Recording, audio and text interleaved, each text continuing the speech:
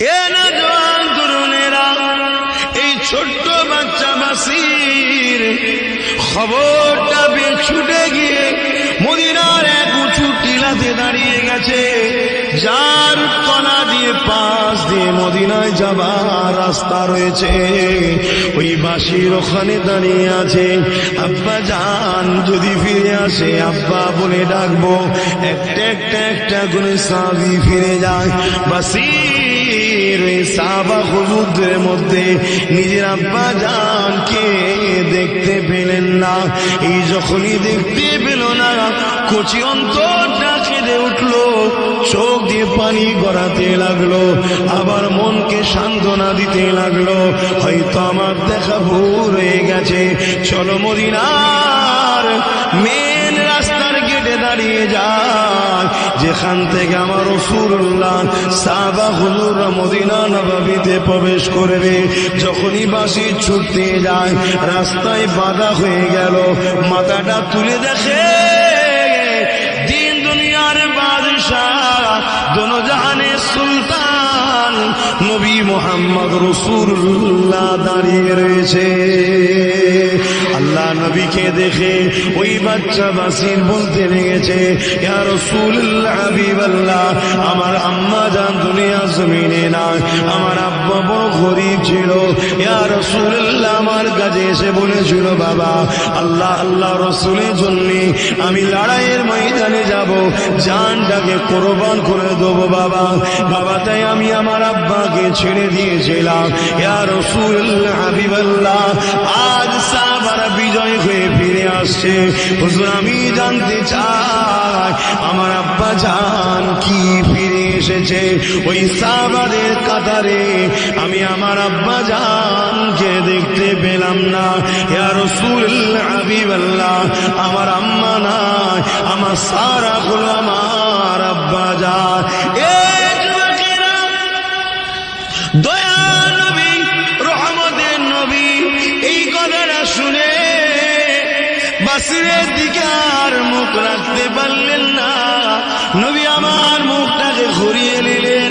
যেদিকে মুখটা ঘুরিয়ে নিল, বাসির ঘুরে গিয়ে ওই দিকে হাজির হয়ে যান। ইয়া রাসূলুল্লাহ হাবিবাল্লাহ, আপনি চুপ থাকবেন না হুজুর, দয়া করে বলেন আমার আব্বা কি বেঁচে আছে? আল্লাহ নবী ছোট্ট বাচ্চাকে কি জবাব দেবে? নবী আমার মুখটা আর একদিকে ঘুরিয়ে নিল, বাসির সেদিকে ঘুরে গেছে। আল্লাহ নবী চোখ ভরা পানি গড়িয়ে গড়িয়ে গড়িয়ে দাড়ি মোবারক দিয়ে সিনাতে পড়তে লেগেছে। বাসির বুঝতে পেরে গেছে। জমিনে হাঁটু গেড়ে বসে পড়ে বলতে লেগেছে, আল্লাহ আজ আমি বাপ হারা মা হারা হয়ে গেলাম, এই জমিনে আমার আর কেউ নাই। রাসূলুল্লাহ চোখের পানি প্রমাণ করে দিয়েছে, এই জমিনে আমার আব্বা জান আর বেঁচে নাই। আজ আমার বাপও চলে গেল, আজ আমার মাও চলে গেল। আল্লাহ আমি একা হয়ে গেলাম, আল্লাহ আমার কেউ আর নাই। যখন রাসূলুল্লাহর সামনে কথা বলেছে, নবী আমার হাঁটু গেড়ে বসে গিয়ে ওই বাসিরকে বুকে জড়িয়ে ধরে বলেছিল, ও বাবা ছেলে রে, যদি ভাতুনে জান্নাত ফাতেমা জাহরা যদি তোমার বোন হয়, হযরত আয়েশা সিদ্দিকা যদি তোমার মা হয়, দোনোজানের সুলতান নবী মুহাম্মদ রাসূল যদি তোমার বাপ হয়, বাবা ছেলে তুমি কি খুশি নয়? বাসির চোখে পানি মুছে নিয়ে বলে, এই পরিবারের সঙ্গে সম্পর্ক করার জন্য একটা নয়, আবার যদি আল্লাহ ফিরিয়ে দেয় আমার আব্বাকে, আবার আব্বা যদি কুরবানি হয়ে যায়, হাজারো সম্পর্ক যদি কুরবান হয়, সবই হয়ে যায়, রাসূলুল্লাহ আমার আপন, এটাই যথেষ্ট। আরো জোরে বলুন সুবহান।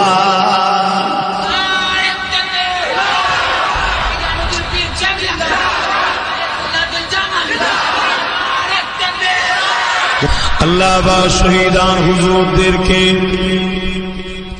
বেহিসাব জান্নাত দিয়ে থাকে। শুধু জান্নাত দেয় তা নয়, আল্লাহ পাক তিনাদের খাতিরে এমনও অনেক বান্দা বান্দি দিয়াকে জান্নাতে দেবেন যারা কিনা দুনিয়া জমিনে ধরা পড়ে যাবে, দুনিয়া জমিনে পাপ করার জন্য ময়দানে মাশরে ধরা পড়ে যাবে, কিন্তু এই শহীদান হুজুররা তিনাদের জন্য আল্লাহ পাকের কাছে সুপারিশ করবে। আমাদের দয়ালু আল্লাহ, ইনারা দুনিয়া জমিনে আমাদেরকে মহব্বত করত, আমাদের আলোচনা করত, আমাদের কথা শুনে বড় খুশি হতো, আমাদেরকে মডেল হিসাবে লক্ষ্য করত। আল্লাহ, তাই আমরা দোয়া চাই ইনাদেরকে আমাদের সঙ্গে নাজাত দিয়া হোক। আল্লাহ পাক শহীদান হুজুরদের উপরে এত রাজি খুশি হয়ে যান, ইনাদের খাতিরে আল্লাহ ওই সকল মানুষ দিয়েও নাজাত দিয়ে দেবে। দুনিয়া কিছুদিনের, দেখতে দেখতে দেখুন দিন রাত চলে যাচ্ছে, এই রাত এই দিন, এই রাত এই দিন, এই রাত এই দিন কেটে চলে যাচ্ছে। কত হুজুর কেবলারা এসেছিলেন, এক এক করে দেখুন সব চলে যাচ্ছে। আপনাদের বাড়িতেও দেখুন কত মুরব্বীরা এসেছিল, সব এক এক করে চলে যাচ্ছে, কেউ চিরস্থায়ী নয়। অথচ আমরা দুনিয়ার লোভ লালসায়, দুনিয়ার বাজারে আমরা ব্যস্ত হয়ে আছি, দুনিয়া দুনিয়া দুনিয়া করে বিরস্ত হয়ে আছি। আমাদের এক মুহূর্ত সময় নেই আখিরাতের কথা ভাবার জন্য। আল্লাহ পাক কোরআনের মধ্যে জানিয়ে দিলেন, ওয়ালতানজুরু নাফসুম মা কদ্দামাত লিগাদ, প্রতিটা নফসের উচিত পরকাল নিয়ে বেশি বেশি করে ভাবা। কেননা দুনিয়ার জমিনে তবুও তো আপনজনকে পাওয়া যায়, পরকালে জমিনে কেউ আপন হবে না। সবাই নিজেদের চিন্তায় নফসি নফসি করতে থাকবে। ওই ময়দানে মাশরে বাপ ছেলের হবে না, ছেলে বাপের হবে না, মা মেয়ের হবে না, স্বামী স্ত্রী হবে না। আল্লাহর রাহে তারা জীবনকে কুরবান করে দিয়েছে। তারা ইনসাফ, ইনসানিয়াত, মানবতা, গরিবদের পক্ষে দাঁড়িয়ে নিজেদের জান মালকে কুরবান করে দিয়েছে। আমরা কুরবান করা তো দূরের কথা, সেই রাসূলুল্লাহ ইসলামের ক্ষতি করতে চলেছে। এ যুবকেরা, তরুণেরা, বাপেরা, আল্লাহ নবী একদিন মদিনা নববী শরীফে বসে আছে। কে আছো বাবা, ইসলামের জন্য মাল দাও বাবা। কেননা গোপনে গোপনে ইসলামের দুশ্মনেরা অর্থ জোগাড় করেছে, গোপনে গোপনে ইসলামের দুশ্মনেরা সৈন্য জোগাড় করেছে, গোপনে গোপনে ইসলামের দুশ্মনেরা তারা এমন করে প্রস্তুত নিয়ে নিয়েছে। বাবারা কে আছো, এদের বিরুদ্ধে সংগ্রাম করে ইনসাফ ইনসানিয়াতকে বাঁচাবে। সাহাবা হুজুরদের মধ্যে একজন সাহাবা এক একটা জিনিস দিতে লেগেছে। কেউ রাসূলুল্লাহ কদমে ঘোড়া দিচ্ছে, উট দিচ্ছে, কেউ অর্থ দিচ্ছে, বিভিন্ন জিনিস দান করতে লেগেছে। আল্লাহ নবী বড় খুশি হতে লেগেছে। ঠিক এমন সময় নবী পাকের নজরটা এক সাহাবীর দিকে পড়ে যায়, যে সাহাবী নাকি রাসূলুল্লাহর এই মাহফিলে বসে বসে কাঁদতেছে। আল্লাহ নবী সাহাবীকে জিজ্ঞাসা করে, এ বাবা সাহাবী, সবাই আল্লাহর রাহে দান করে জান্নাত কিনে নিচ্ছে, তুমি এই রকম একটা সময় কেন কাঁদো বাবা? আল্লাহর রাহে দান করলে তার বিনিময়ে তো আল্লাহ জান্নাত দেয়। তা সাহাবারা দিচ্ছে, আর তুমি এই সময় কাঁদছো কেন? এরকম একটা আনন্দের সময়। ওই সাহাবী বলে, ইয়া রাসূলুল্লাহ, হাবিবাল্লাহ, আমি বড় গরীব, আমার দিবার মতো কিছু নাই। হুজুর, আমার যারা ভাই ভাই রয়েছে তারা দিচ্ছে, বিনিময়ে জান্নাত খরিদ করে নিচ্ছে। আমার এই পরনা চাদরটুকু ছাড়া আর দ্বিতীয় কিছু দিবার নাই। ইয়া রাসূলুল্লাহ, হাবিবাল্লাহ, আমি বড় গরীব, তবে হুজুর আমার ভাইয়েরা আল্লাহর জান্নাত খরিদ করছে, এটা অবশ্যই খুশির বিষয়। তবে এরকম একটা সুযোগকে আমি কাজে লাগাতে পারলাম না, এই জন্য সাহাবী বড় কাঁদতে লেগেছে। এই যুবকেরা, তরুণেরা, সাহাবা হুজুরদের মনটা মনটা বড় খারাপ হয়ে গেল। রাসূলুল্লাহর চোখে পানি এসে গেল। আহারে আমার সাহাবীদের মধ্যে এত গরীব সাহাবী রয়েছে যিনার পরনা চাদর টুকুই রয়েছে। আল্লাহ নবীর চোখ দিয়ে পানি বেরোতে লাগলো।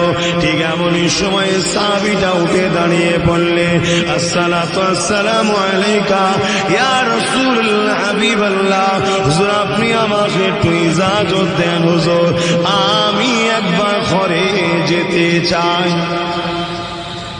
আল্লাহ নবী তাকে ইজাজত দিলেন, যাও বাবা যাও। ঘর বলতে আমাদের মতো ঘর নয়, কোন রকম পাতা দিয়ে ঘিরা, কোন রকম পাতা দিয়ে ঘিরা। ওই সাহাবীটা ঘরের বাইরে পাতা দিয়ে ঘেরা ঘরের বাইরে দাঁড়িয়ে বাসির বলে ডাক দিল। এই হালকা বয়সের ছোট্ট বাচ্চা ছুটে বেরিয়ে জড়িয়ে ধরে আব্বা আব্বা করতেছে। জোরে বলুন সুবহানাল্লাহ। অর্থাৎ ওই সাহাবীর সন্তান।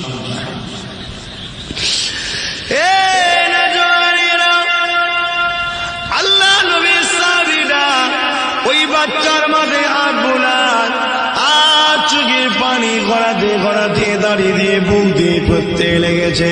কখনো কখনো এক টোপা দুটো পা করে নিজের বাচ্চার মাথাতে পানিটা পড়তে লেগেছে। যখনই বাচ্চার মাথায় পড়তে লেগেছে, বাচ্চা ওই সময় মাথা তুলে বলে, আব্বা আপনি আমাকে বড় ভালোবাসেন আব্বা, কিন্তু আজকে চোখে কেন আপনার পানি আব্বা?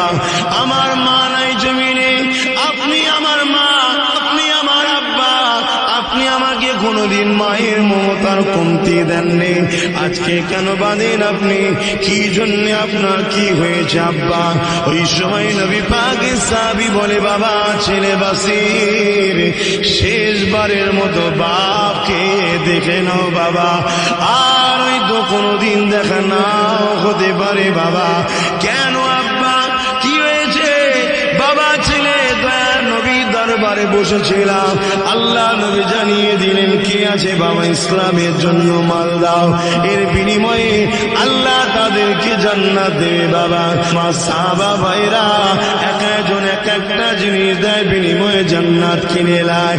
এ বাবা ছেলে বাসির, আমি তোমার আব্বা, আমার তো কোনো কিছুই নাই, এই পরনার চাদরটুকু ছাড়া তো কিছুই নাই।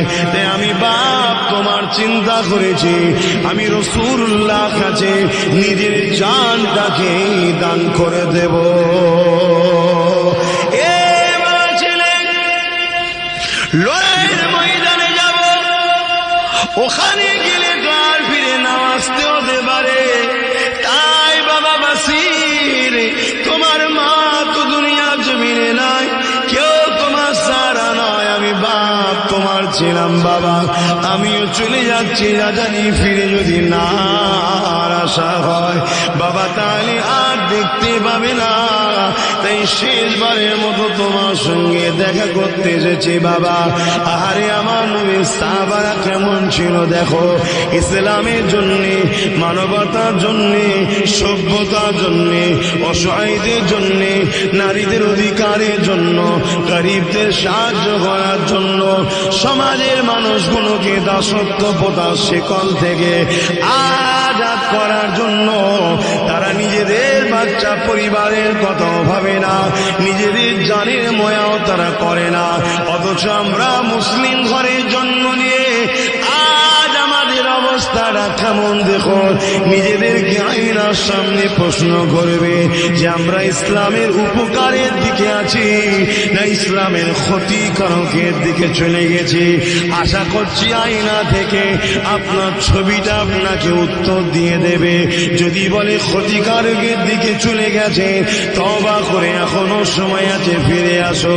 যদি মনে হয় না উপকারের দিকে আছি, আলহামদুলিল্লাহ, কোনো চিন্তা তাহলে নাই।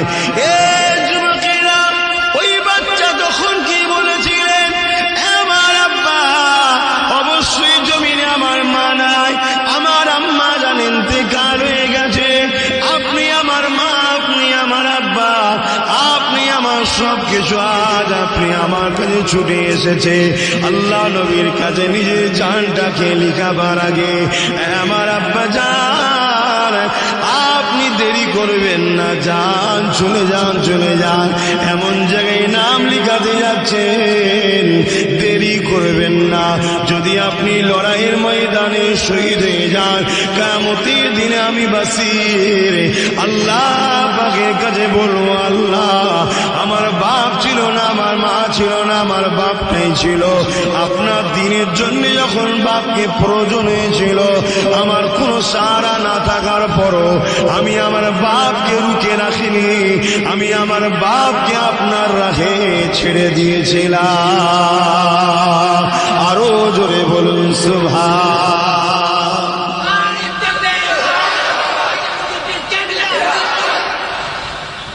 আজ আমরা কি করছি? এই ওয়াকিয়া, এই ইতিহাসগুলো কেন শোনানো হয়? যাতে করে শুনে আমাদের মধ্যে একটা চেতনা ফেরে, পরিবর্তনের জন্য একটা চিন্তা ভাবনা আসে, এজন্যই তো শোনানো হয়।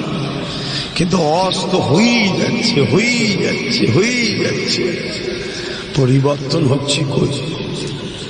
আসেন আমার যুবকরা, যাক আলহামদুলিল্লাহ, তবুও তো আজকের যুবকগুলো মাহফিলে বসা ধরেছে, আগে এইটুকুও ছিল না, আগে এটাও ছিল না, এখন তবুও বসছে। আর একটুখানি আগিয়ে আগিয়ে আসেন যাতে করে নামাজের দিকে পাওয়া যায়, রোজাতে পাওয়া যায়, দিনের উপকারে পাওয়া যায়, দিনের ক্ষতিকারকদের সঙ্গে যেন দেখা না যায়। এগুলো একটু করুন, কেন অনেক কষ্ট করেছে আমার রাসূল, আমার নবী, সাহাবারা। সাহাবী বড় খুশি হয়ে চলে গেলেন আল্লাহ নবীর দরবারে, হুজুর আমি জান্নাত কিনবো, জোরে বলুন সুবহানাল্লাহ। হুজুর আমি জান্নাত কিনবো, জোরে বলুন সুবহানাল্লাহ। বাবা তুমি কি এনেছো? তুমি তো বললে কিছু নাই। হুজুর আমি আমার জানটাকে লিখে দিতে এসেছি, আমি লড়াইয়ের ময়দানে জান দান করতে এসেছি, জোরে বলুন সুবহানাল্লাহ।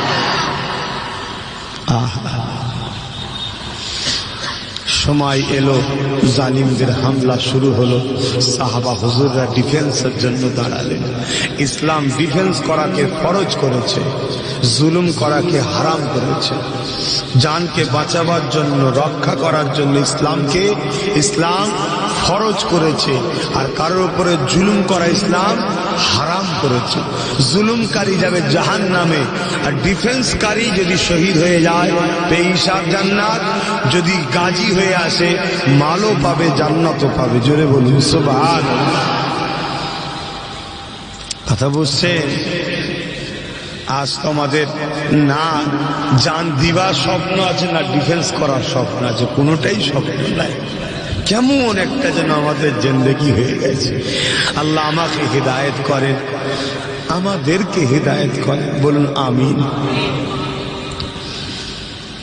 সাহাবা হুজুরদের ঘরে রাসূলের পাক রওনা দিলেন। যেদিন দিন আসলো সমস্ত মক্কা মদিনার মানুষ অপেক্ষায় আছে, কবে ঘোষণা আসবে, যুদ্ধ হয়ে গেছে, সাহাবারা ফিরে আসবে। বাসিরও কিন্তু অপেক্ষায় আছে। কি জন্য? আব্বা জানের জন্য, বাপের জন্য। ছোট্ট বাচ্চা অপেক্ষায় আছে। হা হা, আমাদের ঘরেও বাচ্চা আছে, ভেবে দেখুন। হঠাৎ করে মদিনায় এলান হয়ে গেল, সাহাবা হুজুররা বিজয় হয়েছে, আল্লাহ পাক হককে ফতে দিয়েছে, কামিয়াবি দিয়েছে, জালিমরা পরাজিত হয়ে গেছে, সাহাবা হুজুররা ফিরে আসছে।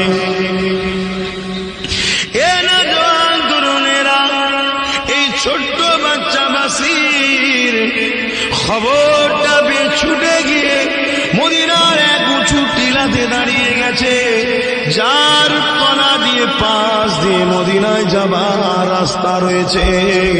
ওই বাসির ওখানে দাঁড়িয়ে আছে। আব্বা জান যদি ফিরে আসে আব্বা বলে ডাকবো। একটা একটা একটা করে সাহাবী ফিরে যায়। বাসির ওই সাহাবা হুজুরদের মধ্যে নিজের আব্বা জানকে দেখতে পেলেন না।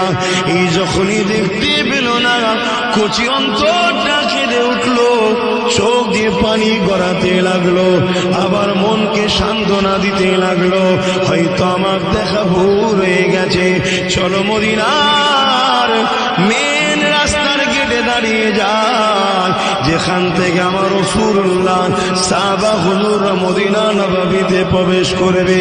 যখনই বাঁশি ছুটতে যায়, রাস্তায় বাধা হয়ে গেল, মাথাটা তুলে দেখে দিন দুনিয়ার বাদশাহ, দোনো জাহানের সুলতান নবী মুহাম্মদ রাসূলুল্লাহ দাঁড়িয়ে রয়েছে। আল্লাহ নবীকে দেখে ওই বাচ্চা বাসির বলতে লেগেছে, ইয়া রাসূলুল্লাহ হাবিবাল্লাহ, আমার আম্মা জান দুনিয়া জমিনে নাই, আমার আব্বা বড় গরীব ছিল, ইয়া রাসূলুল্লাহ আমার কাছে এসে বলেছিল, বাবা আল্লাহ আল্লাহ রাসূলের জন্য আমি লড়াইয়ের ময়দানে যাব, জানটাকে কোরবান করে দেবো বাবা। বাবা তাই আমি আমার আব্বাকে ছেড়ে দিয়েছিলাম। ইয়া রাসূলুল্লাহ হাবিবাল্লাহ, আজ সাহাবারা বিজয় হয়ে ফিরে আসছে, হুজুর আমি জানতে চাই আমার আব্বা জান কি ফিরে এসেছে? ওই সাহাবাদের কাতারে আমি আমার আব্বা জানকে দেখতে পেলাম না। ইয়া রাসূলুল্লাহ হাবিবাল্লাহ, আমার আম্মা নাই, আমার সারা হলো আমার আব্বা জান। দয়া নবী, রহমতের নবী এই কথাটা শুনে বাসিরের দিকে আর মুখ রাখতে পারলেন না। নবী আমার মুখটাকে ঘুরিয়ে নিলেন, যেদিকে মুখটা ঘুরিয়ে নিল বাসির ঘুরে গিয়ে ওই দিকে হাজির হয়ে যায়। ইয়া রাসূলুল্লাহ হাবিবাল্লাহ, আপনি চুপ থাকবেন না হুজুর, দয়া করে বলেন আমার আব্বা কি বেঁচে আছে? আল্লাহ নবী ছোট্ট বাচ্চাকে কি জবাব দেবে? নবী আমার মুখটা আর একদিকে ঘুরিয়ে নিল, বাসির সেদিকে ঘুরে গেছে। আল্লাহ নবী চোখ ভরা পানি গড়িয়ে গড়িয়ে গড়িয়ে দাড়ি মোবারক দিয়ে সিনাতে পড়তে লেগেছে। বাসির বুঝতে পেরে গেছে, জমিনে হাঁটু গেড়ে বসে পড়ে বলতে লেগেছে, আল্লাহ আজ আমি বাপ হারা মা হারা হয়ে গেলাম, এই জমিনে আমার আর কেউ নাই। রাসূলুল্লাহ চোখের পানি প্রমাণ করে দিয়েছে, এই জমিনে আমার আব্বা জান আর বেঁচে নাই। আজ আমার বাপও চলে গেল, আজ আমার মাও চলে গেল, আল্লাহ আমি একা হয়ে গেলাম, আল্লাহ আমার কেউ আর নাই। যখন রাসূলুল্লাহর সামনে এই কথা বলেছে, নবী আমার হাঁটু গেড়ে বসে গিয়ে ওই বাসিরকে বুকে জড়িয়ে ধরে বলেছিল, ও বাবা ছেলে রে, যদি ফাতুনে জান্নাত ফাতেমা জাহরা যদি তোমার বোন হয়, হযরত আয়েশা সিদ্দিকা যদি তোমার মা হয়, দোনোজানের সুলতান নবী মুহাম্মদ রাসূল যদি তোমার বাপ হয়, বাবা ছেলে তুমি কি খুশি নয়?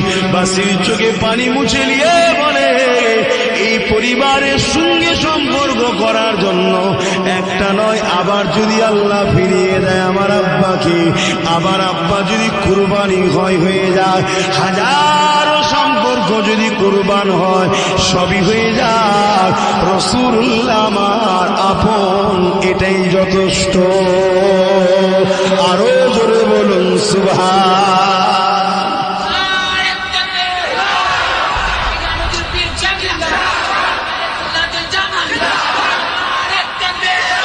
দরুদ শরীফ আল্লাহুম্মা সাল্লি আলা সাইয়্যিদিনা মাওলানা মুহাম্মদ ওয়া আলা আলিহি।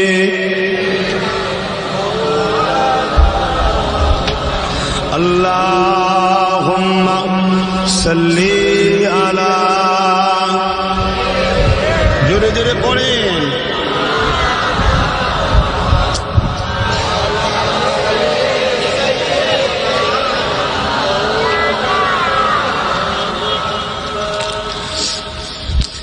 দেখি নাই তোমারে কোনদিন,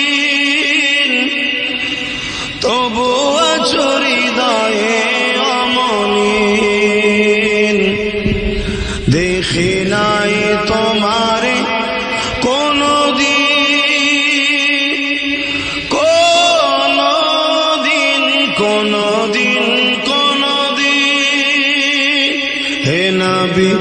নবীজি আমার,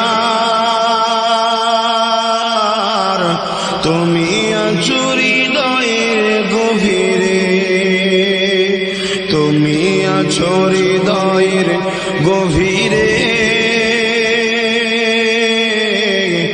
বলবো বলো তোমায় কি করে। কোরআনের পথ যত খুঁজেছি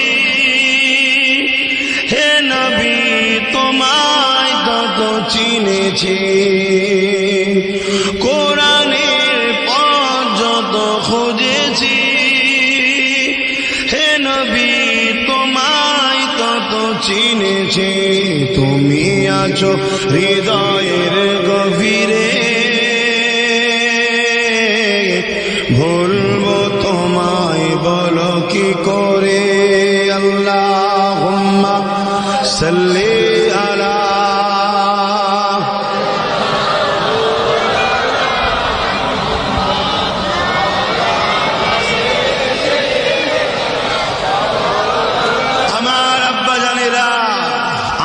পর্দা নিশিনা দূর দূরান্তে আম্মা বোনেরা, আমার ভাইরা, আমরা অনেক সহজ ইসলাম পেয়েছি, এজন্য গুরুত্ব নাই। আমাদের ঘরের ছেলেদের ধর্মের উপরে প্রেম ভালোবাসা গুরুত্বহীন হয়ে যাচ্ছে, আমাদের খেয়ালই না চারিদিকে কিভাবে ডেমক পোকার মতো আমার ইসলামের ওপরে একদল মানবরূপী পশুরা কুকুরে কুকুরে খাচ্ছে, আমাদের খেয়ালই নাই, কোনো লক্ষ্য নাই। আমাদের লক্ষ্য শুধু নিজের পেট, নিজের পরিবার, নিজের বাচ্চা। আমার যুবকরা আসো, পেট আল্লাহ চালাবে, রিজিকের মালিক আল্লাহ। কখনো কখনো একটু ভাবো, আমার নবী যে দিনটা দিয়ে গেছে ওই দিনটার জন্য একটু ভাবো। ইসলামকে মজবুত করে ধরো, প্রথমে নিজেদের জীবনে ইসলাম আনো, ইসলামের কাতারে চলার চেষ্টা করো। চেষ্টা করতে গিয়ে 100টা কাজের মধ্যে 10টা হয়েছে, কিন্তু তোমার চেষ্টাই ছিল 100টা করার। আমার আল্লাহ এত দয়ালু, তোমাকে আল্লাহ কামিয়াবি করে দেবে। জোরে বলুন সুবহানাল্লাহ। কেননা হাদিস পাক হযরতে ফারুক আযম রাদিয়াল্লাহু তাআলা আনহু হুজুরের পিরিয়ডের একটা কথা মনে পড়েছে, শিক্ষার স্বার্থে তোমাদের কাছে বলছি শোনো। হযরত ওমর ফারুক রাদিয়াল্লাহু তাআলা খলিফা হলেন, অর্ধেক পৃথিবীর সুলতান শাহিনশাহ রাজা হলেন। হুজুর আইন পাশ করলেন, কি আইন? মদ ব্যান্ড। মদ যদি কেউ পান করে তাকে অনেক শাস্তি দেওয়া হবে, ঘোষণা হয়ে গেছে। দোকান টোকান সব তো বন্ধই, এমনি কেউ গোপনে যে লুকিয়ে লুকিয়ে খেত সেটাও ভয়, সব বন্ধ। একদিন একটা যুবক ছেলে অন্য কোন সাইডে, শহর থেকে অনেক দূরে, এখন সে শরাব পান করে বোতল নিয়ে শরাব পান করতে করতে যাচ্ছে। আর হযরত ওমর ফারুক কোনো কারণে ওই রাস্তা দিয়ে যাচ্ছিলেন, আর ছেলেটা দূর থেকে দেখতে পেয়ে গেছে ওমর ফারুক আসছে, তো ভয় থরথর করে কাঁপছে। বিচার হবে, দৌড়া মারা হবে, বেতের আঘাত করা হবে, শাস্তি দেওয়া হবে। তো বোতলকে পিছনে লুকিয়ে তত্তর করে কাঁপছে, চোখ দিয়ে পানি বেরোচ্ছে। হযরত ওমর ফারুক এসে দাঁড়িয়ে গেলেন, যে বলছে বাবা তুমি কাঁদছো কেন, কি হয়েছে তোমার, আর কি লুকোচ্ছ তুমি হাতে, বার করো। বার করেছে যখন ওমর ফারুক বলছে যে তুমি দুধ পান করছো, রাস্তায় যেতে যেতে কি ব্যাপার? ছেলেটা তো অবাক হয়ে গেছে, দুধ কোথায়, আমি তো মদ পান করছিলাম। ছেলেটা চেয়ে দেখে শিশিতে আর মদ নাই, দুধ হয়ে গেছে। জোরে বলুন সুবহানাল্লাহ। কি করে হলো? আল্লাহর কাছে তওবা করেছিল দিল থেকে, ওখানে দাঁড়িয়ে দাঁড়িয়ে, আল্লাহ ওমর ফারুকের হাত থেকে আপনি আমায় বাঁচান, আমি তওবা করছি, জীবনে মদ খাব না। আল্লাহ তাই বাঁচিয়ে দিল। দেখুন, জোরে বলুন সুবহানাল্লাহ। তওবা করেন ভাই আমার। অনেক কষ্টের পর ইসলাম এসেছে, সেই ইসলামকে আমরা শেষ করে ফেলেছি। হযরত আবু বকর সিদ্দিক রাদিয়াল্লাহু তাআলা হুজুরের জিন্দেগি যদি আমরা দেখি, ইসলামের সর্বপ্রথম যিনি ইমানের কালেমা পড়ে নবীকে রসুল জেনে আল্লাহকে আল্লাহ বলে দ্বীনে মুহাম্মাদির মধ্যে এসেছিলেন হযরত ওমর ফারুক, হযরত আবু বকর সিদ্দিক যখন রাসূলুল্লাহর পাশে করে নিয়ে কাবা শরীফের পাশে দাঁড়িয়ে আল্লাহর দ্বীনের কথা মানুষকে শোনাতে লেগেছে, ওই সময় তৎকালীন যারা জালিম ছিল হযরত আবু বকর সিদ্দিকের উপরে বড় বড় পাথর নিক্ষেপ করেছিল। ওই পাথরের আঘাতে হযরত আবু বকর সিদ্দিকের শরীর দিয়ে দরদর রক্ত ঝরে ঝরে পড়তেছিল। কাবার চাতানে সর্বপ্রথম যে মানুষটা রক্ত ঝরেছে উনি ফুরফুরা জমিনের আবু বকর সিদ্দিক দাদা হুজুর পীর কেবলা 30তম ঊর্ধ্ব পুরুষ ছিলেন। এ যুবকেরা, তরুণেরা, বাপেরা, তিনি আল্লাহর দ্বীনের জন্য এতটা কষ্ট করেছে, এত মার মেরেছিল। হযরত আবু বকর সিদ্দিক অজ্ঞান হয়ে পড়ে রইল। আরে ওনাকে তোলার কেউ ছিল না। এমন করে তামিল গোত্রের মানুষেরা হযরত আবু বকর সিদ্দিককে উঠিয়ে নিয়ে গিয়ে ঘরে পৌঁছে দেয়। আল্লাহ পাকের হুকুমে যখন আবু বকর সিদ্দিকের হুঁশটা ফিরে আসে, দেখে মায়ের কোলে মাথা দিয়ে শুয়ে রয়েছে। হুঁশটা ফিরার পরে সর্বপ্রথম জবানে যে কথাটা বলেছিলেন, ইয়া উম্মি কাইফা হালুন নবী, আমার আম্মা জান, আমার নবী কেমন আছে। নিজে রক্তাক্ত, নিজের শরীর ফেটে গেছে, পুরো রক্তে ভিজা শরীর, অজ্ঞান হয়ে পড়েছিল, জ্ঞান ফিরেছে, তথাপিও নিজের কথা ভাবছে না। কেন? তারা নিজেকে নিজের থেকেও রসুলকে বেশি ভালোবেসেছে। জোরে বলি সুবহানাল্লাহ।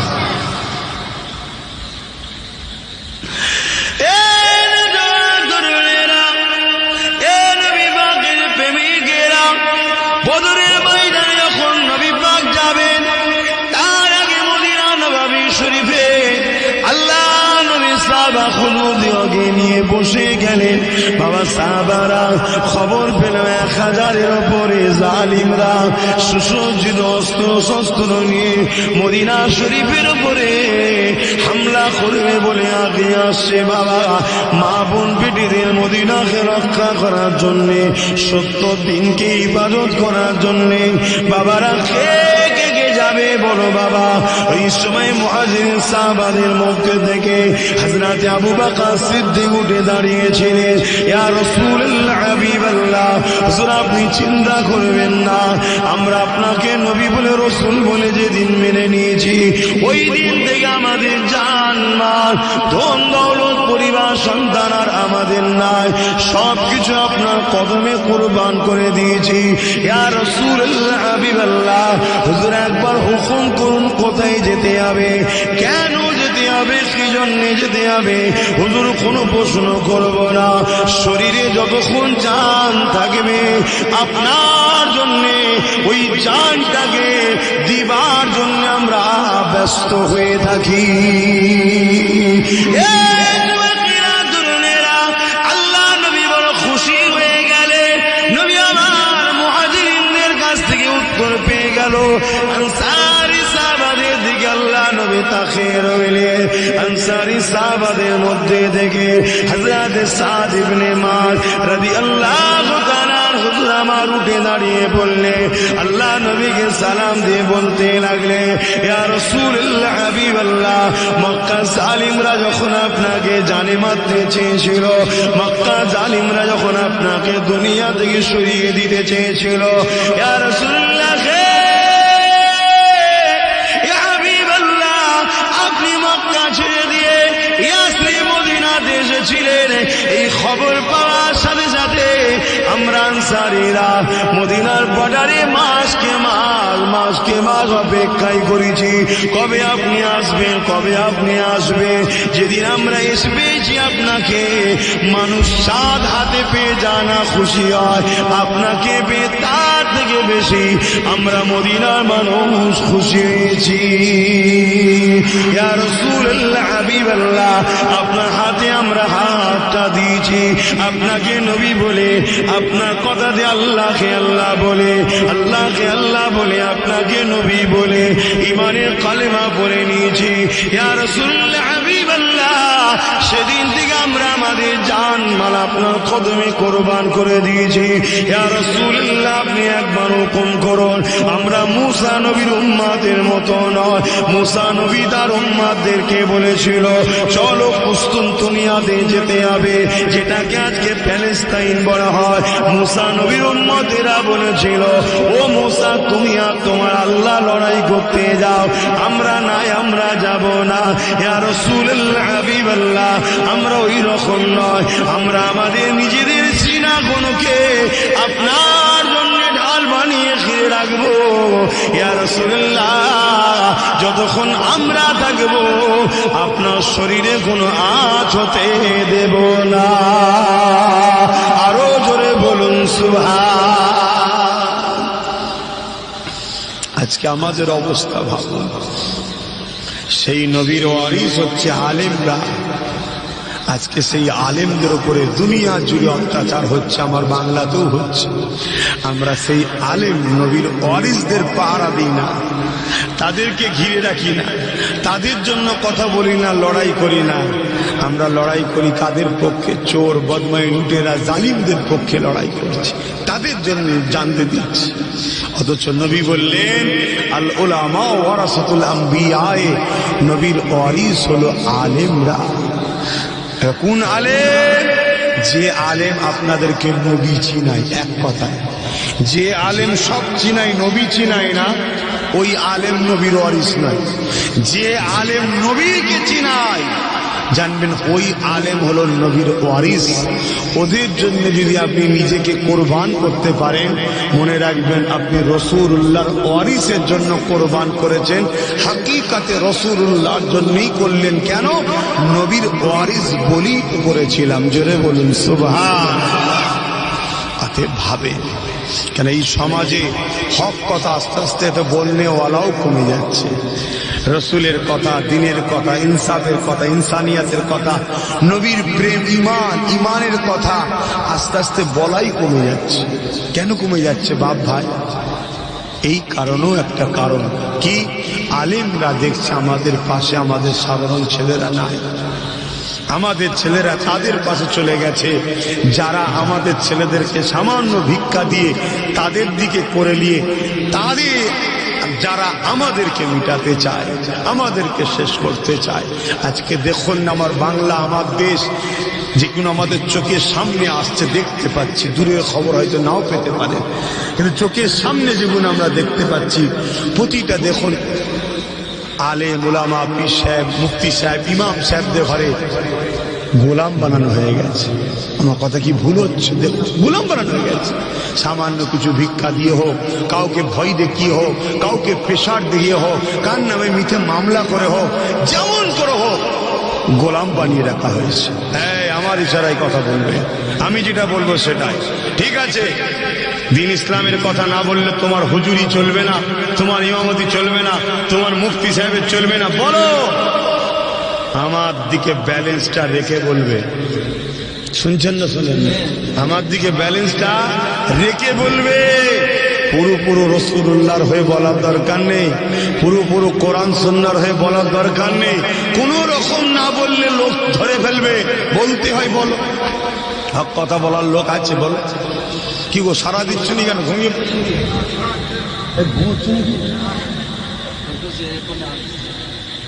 আমার কথাই অসুবিধা হচ্ছে, কষ্ট লেগে গেল? বলো, আমি ভুল বলছি। দেখ, পারফেক্ট দেখ, একটু আগে গিয়ে আসি। দরুদ শরীফ আল্লাহুম্মা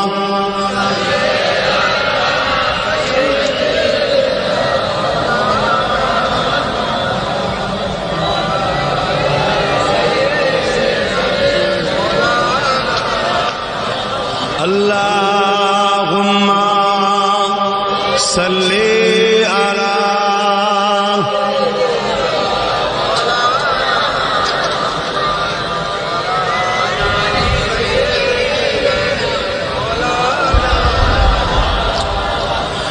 راتیں بھی مدینے کی باتیں بھی مدینے کی راتیں بھی مدینے کی باتیں بھی مدینے کی جینے میں جینا ہے کیا بات ہے جینے کی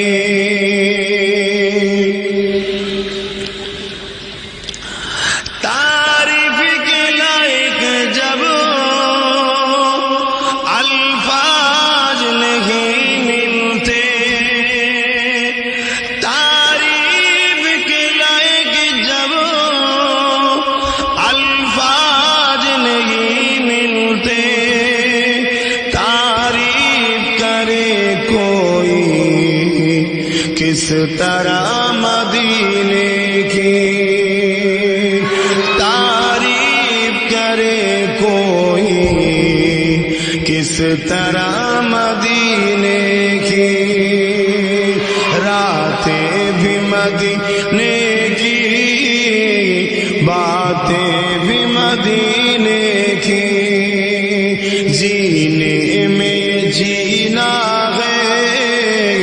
کیا بات ہے جینے کی وہ اپنی نگاہوں سے مستانہ بناتے ہیں وہ اپنی نگاہوں سے دیوانہ بناتے ہیں جہمت بھی نہیں دیتے میں خار کو پینے کی جہمت نہیں دیتے میں خار کو پینے کی راتیں بھی مدینے کی باتیں بھی مدینے کی اللہم صلی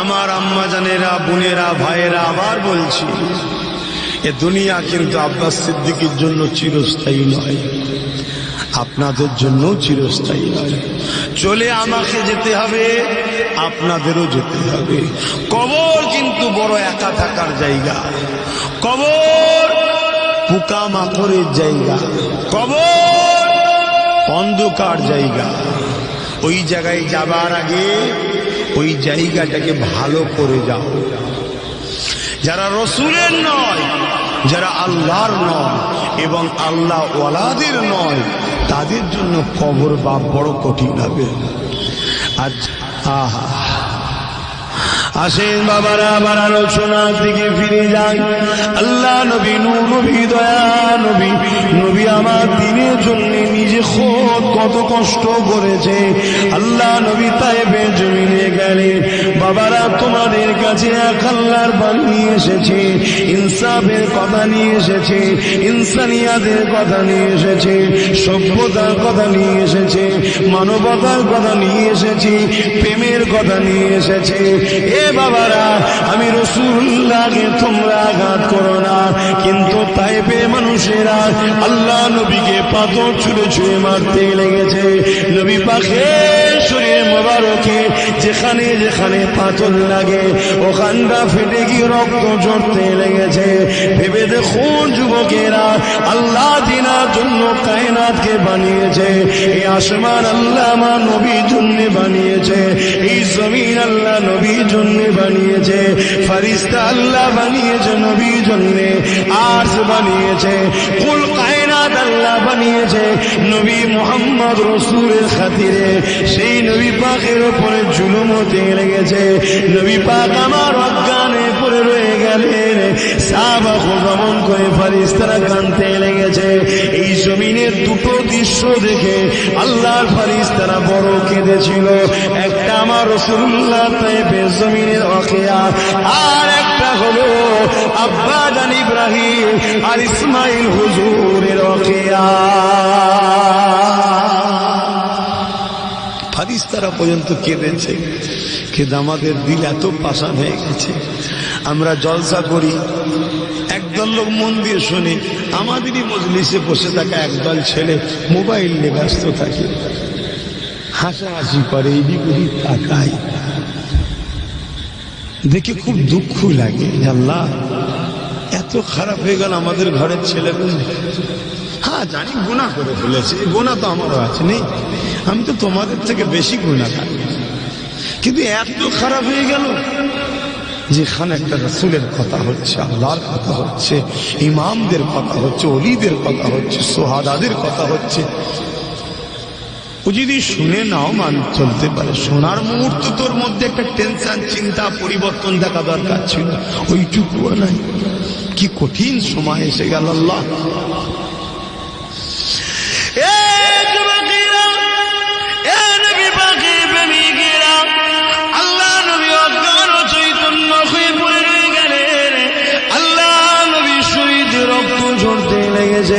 ফেরেশতারা কাঁদতে লেগেছে। ও রব্বি আল্লাহ পাক, আপনার হাবিবের উপরে কত জুলুম হয়েছে, আপনার হাবিবের উপরে কত অত্যাচার হচ্ছে।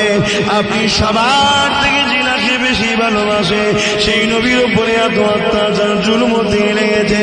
আল্লাহ পাক, আপনি এখনো কেন খামোশ, চুপ হয়ে আছে? আল্লাহ, আপনি এখনো কেন সবর হয়ে আছে? এইভাবে ফেরেশতারা রব্বুল আলামিনের কাছে বলতে লেগেছে। আমার আল্লাহ বাজানা, আমার ফেরেশতারা দুনিয়ার জমিনে যাও এবং পাহাড় চালক ফেরেশতাকে সাথে করে নিয়ে যাও, আর এমন করে তায়েফের মানুষগুলোকে ওই দুই পাহাড়ের বীজখানে চেপে দিয়ে মেরে দাও, বা পাহাড়টাকে তুলে তায়েফবাসীর উপরে চেপে দিয়ে মেরে দাও। আমি আল্লাহ ইজাজত দিয়ে দিলাম। তবে শোনো বাবা ফেরেশতা, শোনো শোনো, দুনিয়ার জমিনে যাবার পরে আগে আমার হাবিবের কাছে যাবে, আমার হাবিবকে যে আমার সালামটা দেবে এবং এই কথাটা শোনাবে। যদি আমার হাবিব রাজি হয় তাহলে আমি আল্লাহ পাক ফয়সালা তো দিয়ে দিলাম, কিন্তু আমার হাবিবকে আগে শোনাবে। এই যুবকেরা, তরুণেরা, আজ আমরা এত অন্যায় করে, আজ আমরা এত জুলুম করি, আজ আমরা এত অত্যাচার করি, এখনো কেন আসমান থেকে ইট বৃষ্টি হয়নি? এখনো কেন আসমান থেকে পাথর পড়েনি? এখনো আসমান থেকে এখানে অ্যাসিড পানি পড়েনি? এখনো কেন বিপদ আপদ আসেনি? এখনো কেন আযাব আসেনি? এর কারণ একটাই হলো, নবী আমার রওজা মুবারকে আজও কাঁদতেছে। আরো জোরে বলুন সুবহান।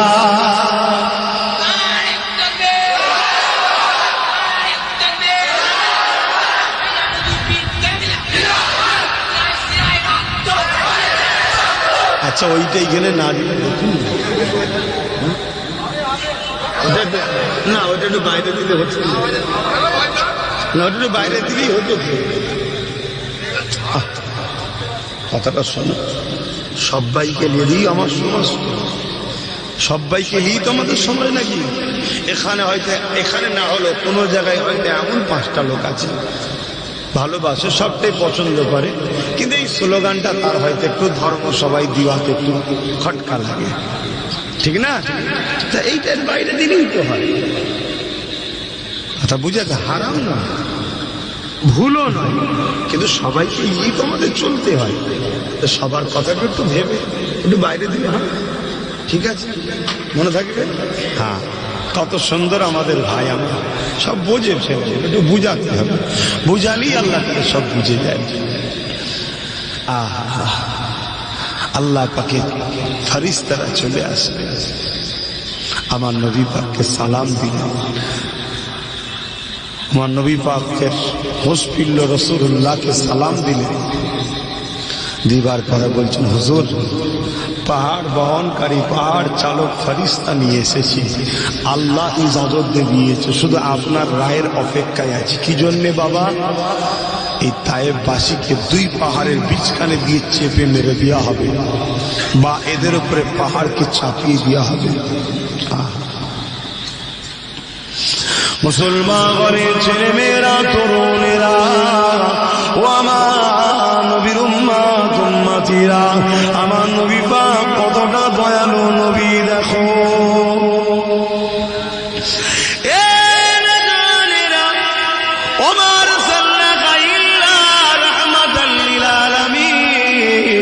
আমার নবী পাকে আল্লাহ তামাম আলেমের জন্য রহমত করে পাঠিয়েছে। আমার নবী পাককে যখনই ফেরেশতায় কথা শোনালো, আল্লাহ নবী চোখ দিয়ে পানি ঝরতে লাগলো। নবী আমার সিজদায় পড়ে গেলে, আর এক রাতের মধ্যে রয়েছে নবী আমার হাত উঠাতে লাগলেন। হে আল্লাহ, আপনি আপনার ফেরেশতাদের ইজাজতকে ফিরিয়ে নেন। আল্লাহ, আপনি এদের উপরে পাহাড়কে চাপিয়ে দেবেন না, আপনি এদেরকে শাস্তি দেবেন না, এদেরকে দুই পাহাড়ের বিচখানে দিয়ে মেরে দেবেন না। আমি রাসূলুল্লাহকে চিনতে পারিনি। আল্লাহ, আমি রাসূলকে যদি চিনতে পারতো, আমাকে আঘাত দিত না, আমাকে ভালোবাসা দিত, প্যার করতো। আল্লাহ, আমি নবী পা মনে করি, যদি এরা চিনতে নাও পারে, এদের ছেলে ছেলে ছেলে একদিন না একদিন আমি রাসূলুল্লাহকে নবী জেনে আমাকে প্যার করে, আপনাকে আল্লাহ জেনে আপনাকে প্যার করে, নিজেদের ধন দৌলত জান মাল সব কিছু আপনার জন্য কুরবান করে দেবে। আল্লাহ পাক, আমি রাসূলুল্লাহ দোয়া করি, এদের উপরে আযাব দেবেন না, এদেরকে শাস্তি দেবেন না, এদেরকে আঘাত দেবেন না। এ যুবকেরা, তরুণেরা, আমার নবী পাক যদি সেদিন দোয়া না করে বদদোয়া যদি করে দিত, তাহলে তুমি আমি দুনিয়া দেখতে পেতাম না, তুমি আমি ইসলাম পেতাম না, তুমি আমি মানবতা পেতাম না। আমার আব্বা জানেরা ছেলেদের সম্মান যে পাচ্ছে এটা পেতেন না, মায়েরা বাচ্চাদের যে সম্মান পাচ্ছে এটা পেতেন না। আমার নবী পাকের দয়া, আল্লাহ রাব্বুল আলামিন আমার নবী পাকের দোয়া কবুল করেছে। দেখো না, সেই তায়েফের জমিনে আজকে দিনের প্রতিটা বাচ্চা বাচ্চা সবাই নবী নবী নবী নবী নবী নবী নবী নবী নবী করছে। শুধু নবী নবী নয়, পৃথিবী থেকে যারা নবীর প্রেমে যায়, ওই তায়েফের মানুষেরা তাদেরই সেবা ভালোবাসা দেয়। আরো জোরে বলুন সুবহান। ভাবেন, আল্লাহ আমাদের সকলকে বুঝার তৌফিক দেন, বলুন আল্লাহুম্মা আমিন। সেই নবীকে প্যার করেন। ভাই আমার এতটুকু আরজু আপনাদের কাছে, এমন লোকেদের সঙ্গে দল করবেন না যাদের সঙ্গে দল করার জন্য আপনার নবীর দ্বীনের ক্ষতি হচ্ছে। এমন লোকেদের সঙ্গে বন্ধুত্ব করবেন না যাদের সঙ্গে বন্ধুত্ব করার জন্য আপনার নবীর দ্বীনের ক্ষতি হচ্ছে। এমন লোকেদেরকে সহযোগিতা করবেন না যারা আপনাদের সহযোগিতা নিয়ে আমার রাসূলুল্লাহ দ্বীনের ক্ষতি করছে। এক কথায়, আপনি ইসলামের যদি সব কাজ বিশ্বাস করে, আপনি ইসলামের সব কাজকে, রসুলের সব কাজকে বিশ্বাস করেন, আপনি ঈমানদার। এবারে পালন করার চেষ্টা করছেন, সবটা করতে পারেননি, যেগুলো বাদ যাবে ওর জন্য গুনাহগার হবেন, বেঈমান হবেন না। কিন্তু নবীর দ্বীনের যদি যারা পরিমাণ ক্ষতি করে ফেলে বা ক্ষতিকারকদেরকে সাপোর্ট করে, তাদের দ্বারা যদি ক্ষতি হয়, আল্লাহ আপনাকে বেঈমান বানিয়ে তুলবে, চির জাহান্নামে থাকতে হবে। এতটুকু কথা মাথায় থাকবে তো? কথা বুঝছেন? জানের ময়া করেননি, এ জান তোমার নয়, তোমাকে দেয়া হয়েছে, এ ফিরিয়ে নেওয়া হবে। এনার মালিক, এই জান সৃষ্টির মালিক আল্লাহ, কারো কথা শুনবে না তোমার।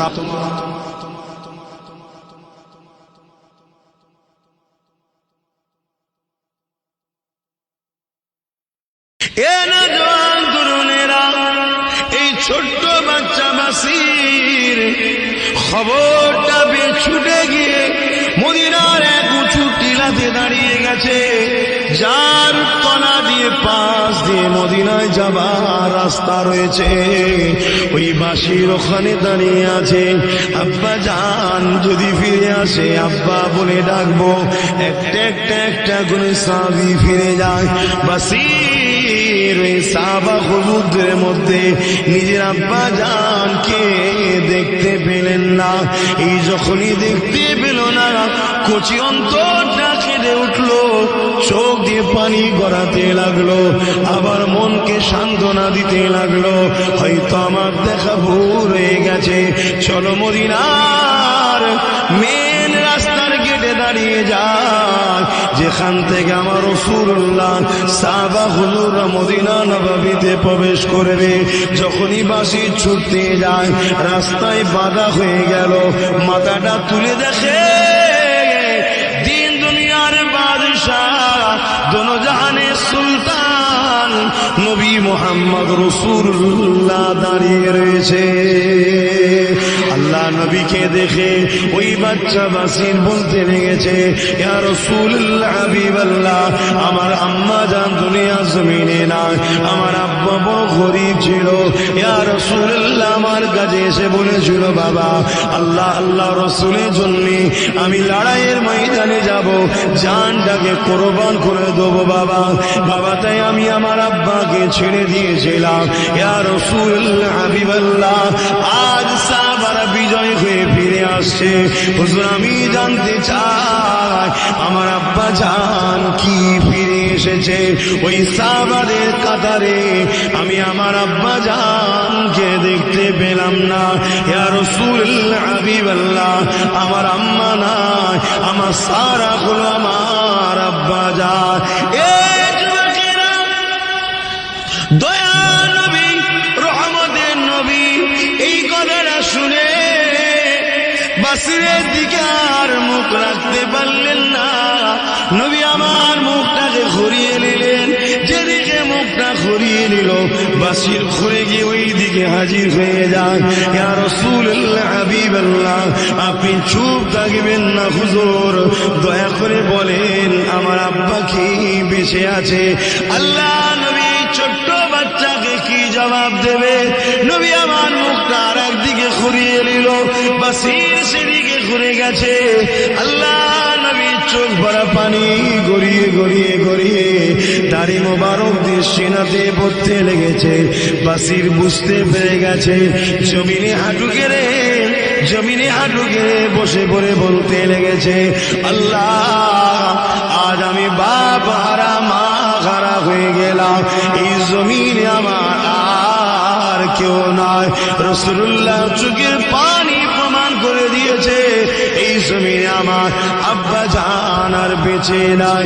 আজ আমার বাপও চলে গেল, আজ আমার মাও চলে গেল।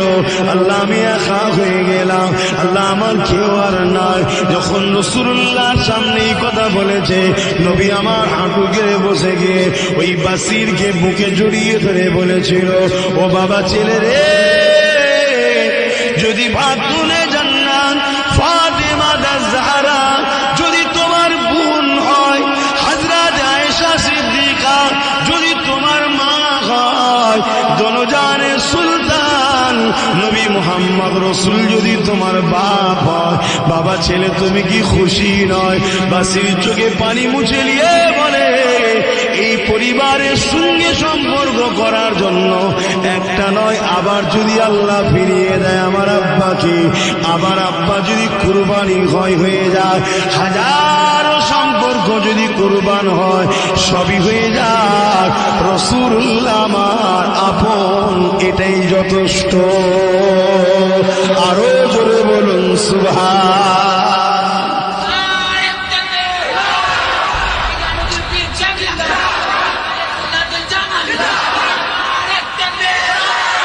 আল্লাহ বা শহীদান হুজুরদেরকে বেহিসাব জান্নাত দিয়ে থাকে। শুধু জান্নাত দেয় তা নয়, আল্লাহ পাক তিনাদের খাতিরে এমনও অনেক বান্দা বান্দীদেরকে জান্নাতে দেবেন যারা কিনা দুনিয়া জমিনে ধরা পড়ে যাবে, দুনিয়া জমিনে পাপ করার জন্য ময়দানে মাশরে ধরা পড়ে যাবে, কিন্তু এই শহীদান হুজুররা তিনাদের জন্য আল্লাহ পাকের কাছে সুপারিশ করবে। হে আমাদের দয়ালু আল্লাহ, ইনারা দুনিয়া জমিনে আমাদেরকে মহব্বত করত, আমাদের আলোচনা করত, আমাদের কথা শুনে বড় খুশি হতো, আমাদেরকে মডেল হিসাবে লক্ষ্য করত। আল্লাহ, তাই আমরা দোয়া চাই ইনাদেরকে আমাদের সঙ্গেও নাজাত দিয়া হোক। আল্লাহ পাক শহীদান হুজুরদের উপরে এত রাজি খুশি হয়ে যান, ইনাদের খাতিরে আল্লাহ ওই সকল মানুষ দিয়েও নাজাত দিয়ে দেবে। দুনিয়া কিছু দিনের, দেখতে দেখতে দেখুন দিন রাত চলে যাচ্ছে, এই রাত এই দিন, এই রাত এই দিন, এই রাত এই দিন কেটে চলে যাচ্ছে। কত হুজুর কেবলারা এসেছিলেন, এক এক করে দেখুন সব চলে যাচ্ছে। আপনাদের বাড়িতেও দেখুন কত মুরব্বীরা এসেছিল, সব এক এক করে চলে যাচ্ছে, কেউ চিরস্থায়ী নাই। অথচ আমরা দুনিয়ার লোভ লালসায়, দুনিয়ার বাজারে আমরা ব্যস্ত হয়ে আছি, দুনিয়া দুনিয়া দুনিয়া করে বিরস্ত হয়ে আছি। আমাদের এক মুহূর্ত সময় নেই আখিরাতের কথা ভাবার জন্য। আল্লাহ পাক কোরআনের মধ্যে জানিয়ে দিলেন, ওয়ালতানজুরু নাফসুম মা কদ্দামাত লিগাদ, প্রতিটা নফসের উচিত পরকাল নিয়ে বেশি বেশি করে ভাবা। কেননা দুনিয়ার জমিনে তবুও তো আপনজনকে পাওয়া যায়, পরকালে জমিনে কেউ আপন হবে না। সবাই নিজেদের চিন্তায় নফসি নফসি করতে থাকবে। ওই ময়দানে মাশরে বাপ ছেলের হবে না, ছেলে বাপের হবে না, মা মেয়ের হবে না, স্বামী স্ত্রী হবে না। আল্লাহর রাহে তারা জীবনকে কুরবান করে দিয়েছে। তারা ইনসাফ, ইনসানিয়াত, মানবতা, গরিবদের পক্ষে দাঁড়িয়ে নিজেদের জান মালকে কুরবান করে দিয়েছে। আমরা কুরবান করা তো দূরের কথা, সেই রাসূলুল্লাহ ইসলামের ক্ষতি করতে চলেছে। এ যুবকেরা, তরুণেরা, বাপেরা, আল্লাহ নবী একদিন মদিনা নববী শরীফে বসে আছে। কে আসো বাবা, ইসলামের জন্য মাল দাও বাবা। কেননা গোপনে গোপনে ইসলামের দুশ্মনেরা অর্থ জোগাড় করেছে, গোপনে গোপনে ইসলামের দুশ্মনেরা সৈন্য জোগাড় করেছে, গোপনে গোপনে ইসলামের দুশ্মনেরা তারা এমন করে প্রস্তুত নিয়ে নিয়েছে। বাবারা খেয়ে আসো, এদের বিরুদ্ধে সংগ্রাম করে ইনসাফ ইনসানিয়াতকে বাঁচাবে। সাহাবা হুজুরদের মধ্যে একজন সাহাবা এক একটা জিনিস দিতে লেগেছে। কেউ রাসূলুল্লাহ কদমে ঘোড়া দিচ্ছে, উট দিচ্ছে, কেউ অর্থ দিচ্ছে, বিভিন্ন জিনিস দান করতে লেগেছে। আল্লাহ নবী বড় খুশি হতে লেগেছে। ঠিক এমন সময় নবী পাকের নজরটা এক সাহাবীর দিকে পড়ে যায়, যে সাহাবী নাকি রাসূলুল্লাহর এই মাহফিলে বসে বসে কাঁদতেছে। আল্লাহ নবী সাহাবীকে জিজ্ঞাসা করে, এ বাবা সাহাবী, সবাই আল্লাহর রাহে দান করে জান্নাত কিনে নিচ্ছে, তুমি এই রকম একটা সময় কেন কাঁদো বাবা? আল্লাহর রাহে দান করলে তার বিনিময়ে আল্লাহ জান্নাত দেয়। তা সাহাবারা দিচ্ছে, আর তুমি এই সময় কাঁদছো কেন? এরকম একটা আনন্দের সময়। ওই সাহাবী বলে, ইয়া রাসূলুল্লাহ, হাবিবাল্লাহ, আমি বড় গরীব, আমার দিবার মতো কিছু নাই। হুজুর, আমার যারা ভাই ভাই রয়েছে তারা দিচ্ছে, বিনিময়ে জান্নাত খরিদ করে নিচ্ছে। আমার এই পরনা চাদরটুকু ছাড়া আর দ্বিতীয় কিছু দিবার নাই।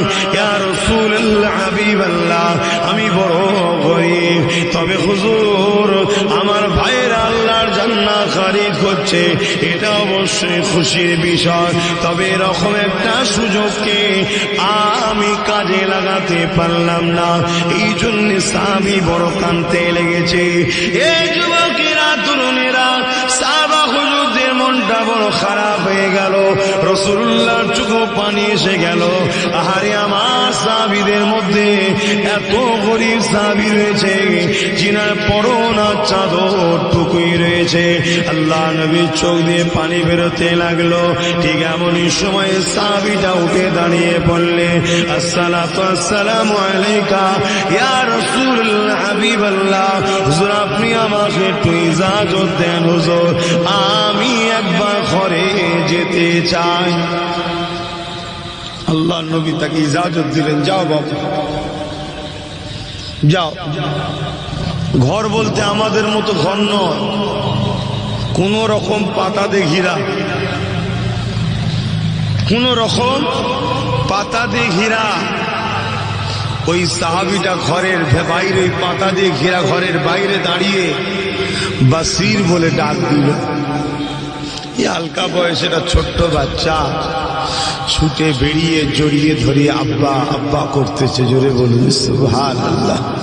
অর্থাৎ ওই সাহাবীর সন্তান।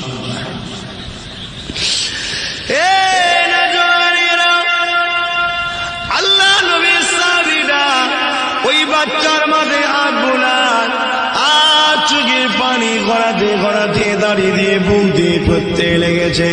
কখনো কখনো এক টোপা দুটো পা করে নিজের বাচ্চার মাথাতে পানিটা পড়তে লেগেছে।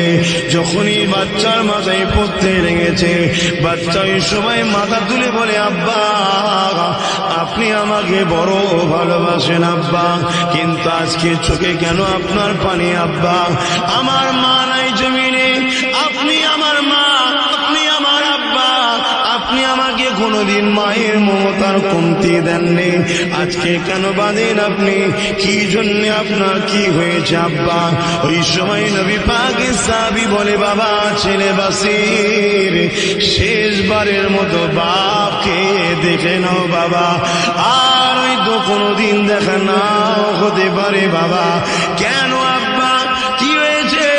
বাবা ছেলে দয়ার নবীর দরবারে বসেছিলাম, আল্লাহ নবী জানিয়ে দিলেন কে আছে বাবা ইসলামের জন্য মাল দাও, এর বিনিময়ে আল্লাহ তাদেরকে জান্নাত দেবে বাবা। মা সাহাবা ভাইরা এক একজন এক একটা জিনিস দেয়, বিনিময়ে জান্নাত কিনে লায়।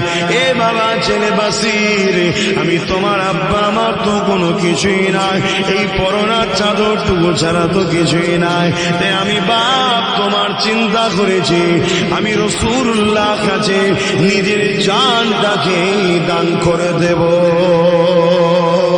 এ বাবা ছেলে, লড়াইয়ের ময়দানে যাব, ওখানে গেলে তো আর ফিরে না আসতে হতে পারে।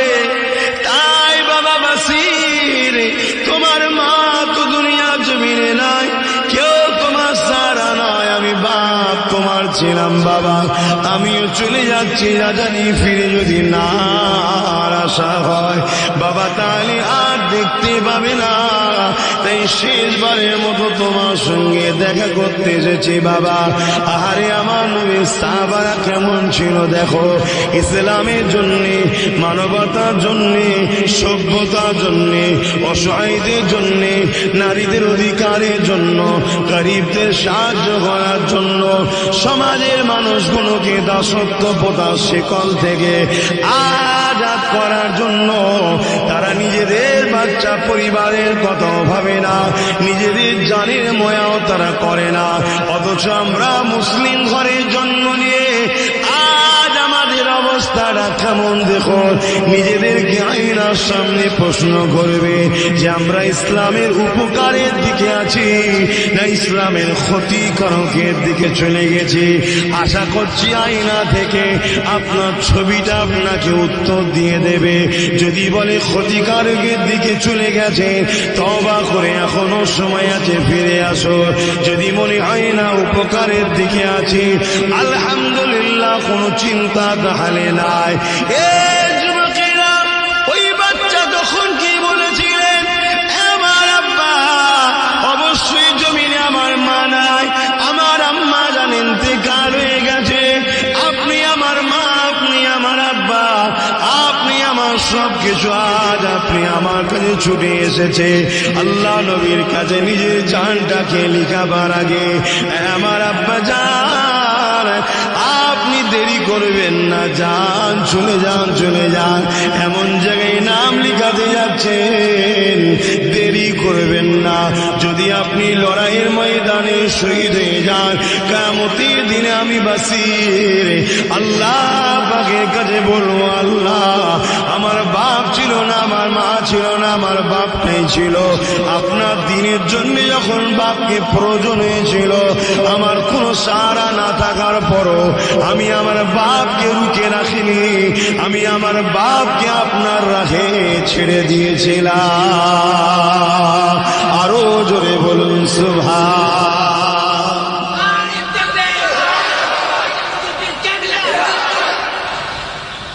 আজ আমরা কি করছি? এই ওয়াকিয়া, এই ইতিহাসগুলো কেন শোনানো হয়? যাতে করে শুনে আমাদের মধ্যে একটা চেতনা ফেরে, পরিবর্তনের জন্য একটা চিন্তা ভাবনা আসে। এজন্যই তো শোনানো হয়। কিন্তু অস্ত হয়েই যাচ্ছে, হয়েই যাচ্ছে, হয়েই যাচ্ছে, পরিবর্তন হচ্ছে কই? আসেন আমার যুবকরা, যাক আলহামদুলিল্লাহ, তবুও তো আজকের যুবকগুলো মাহফিলে বসা ধরেছে। আগে এইটুকুও ছিল না, আগে এটাও ছিল না, এখন তবুও বসছে। আর একটুখানি আগিয়ে আগিয়ে আসেন, যাতে করে নামাজের দিকে পাওয়া যায়, রোজাতে পাওয়া যায়, দিনের উপকারে পাওয়া যায়, দিনের ক্ষতিকারকদের সঙ্গে যেন দেখা না যায়। এগুলো একটু করুন। কেন অনেক কষ্ট করেছে আমার রাসূল, আমার নবী, সাহাবারা। সাহাবী বড় খুশি হয়ে চলে গেলেন আল্লাহ নবীর দরবারে। হুজুর আমি জান্নাত কিনবো, জোরে বলুন সুবহানাল্লাহ। হুজুর আমি জান্নাত কিনবো, জোরে বলুন সুবহানাল্লাহ। বাবা তুমি কি এনেছো? তুমি তো বললে কিছু নাই। হুজুর আমি আমার জানটাকে লিখে দিতে এসেছি, আমি লড়াইয়ের ময়দানে জান দান করতে এসেছি, জোরে বলুন সুবহানাল্লাহ।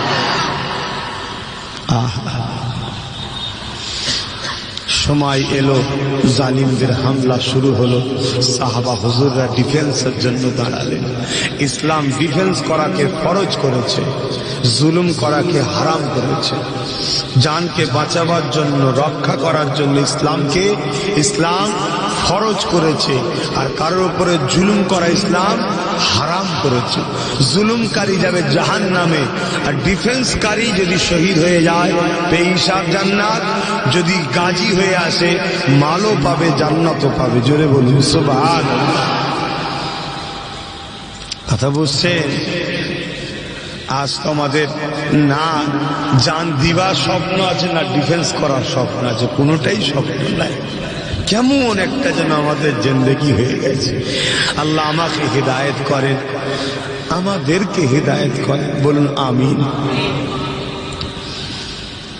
সাহাবা হুজুরদের ঘরে রাসূলে পাক রওনা দিলেন। যেদিন দিন আসলো, সমস্ত মক্কা মদিনার মানুষ অপেক্ষায় আছে, কবে ঘোষণা আসবে, যুদ্ধ হয়ে গেছে, সাহাবারা ফিরে আসবে। বাসিরও কিন্তু অপেক্ষায় আছে। কি জন্য? আব্বা জানের জন্য, বাপের জন্য। ছোট্ট বাচ্চা অপেক্ষায় আছে। হা হা, আমাদের ঘরেও বাচ্চা আছে, ভেবে দেখুন। হঠাৎ করে মদিনায় এলান হয়ে গেল, সাহাবা হুজুররা বিজয় হয়েছে। আল্লাহ পাক হককে ফতে দিয়েছে, কামিয়াবি দিয়েছে। জালিমরা পরাজিত হয়ে গেছে, সাহাবা হুজুররা ফিরে আসছে।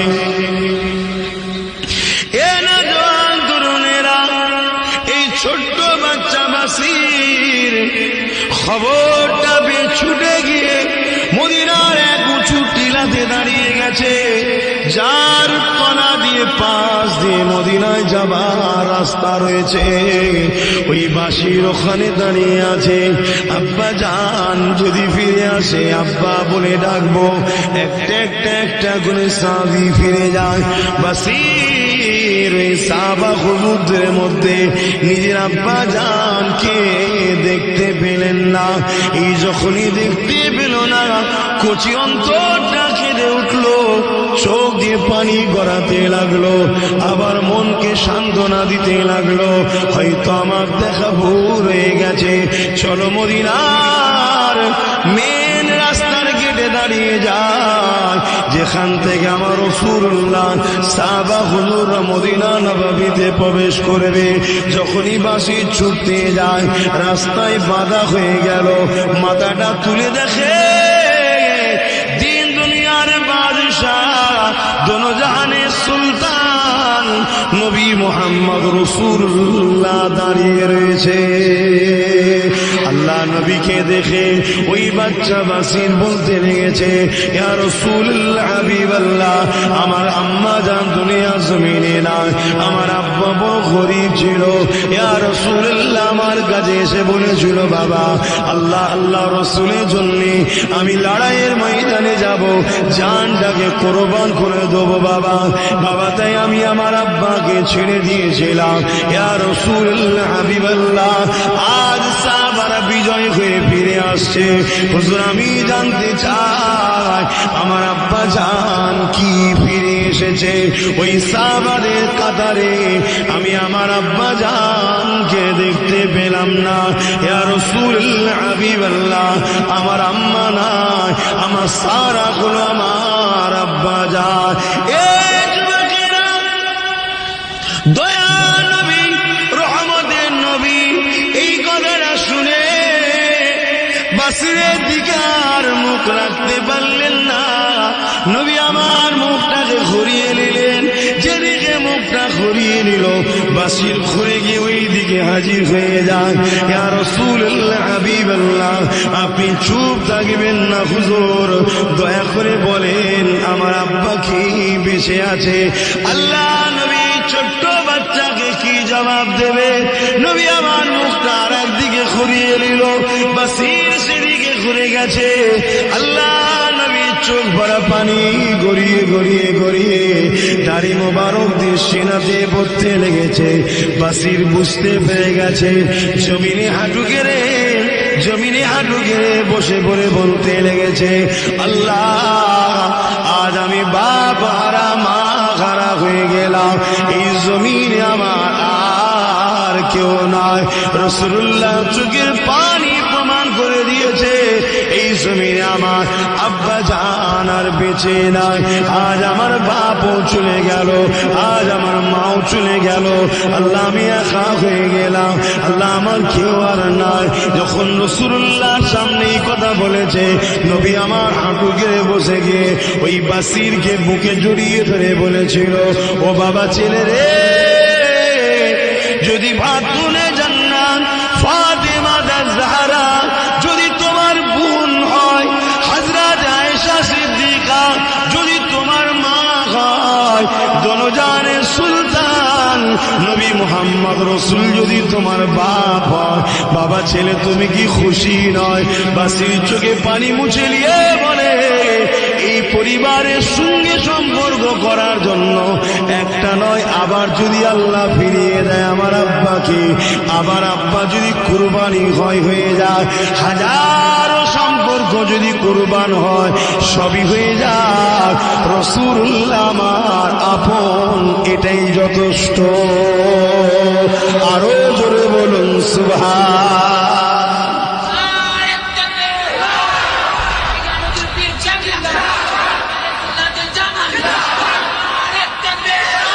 قرآن شريف اللهم صل على سيدنا مولانا محمد وعلى آله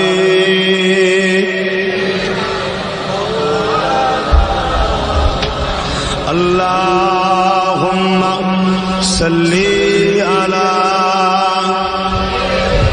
জোরে জোরে পড়েন।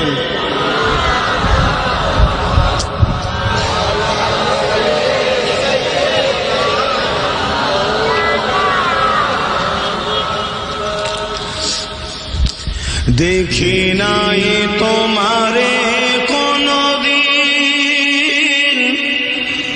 তবু আছো হৃদয়ে অমলিন। দেখি নাই তোমারে কোনদিন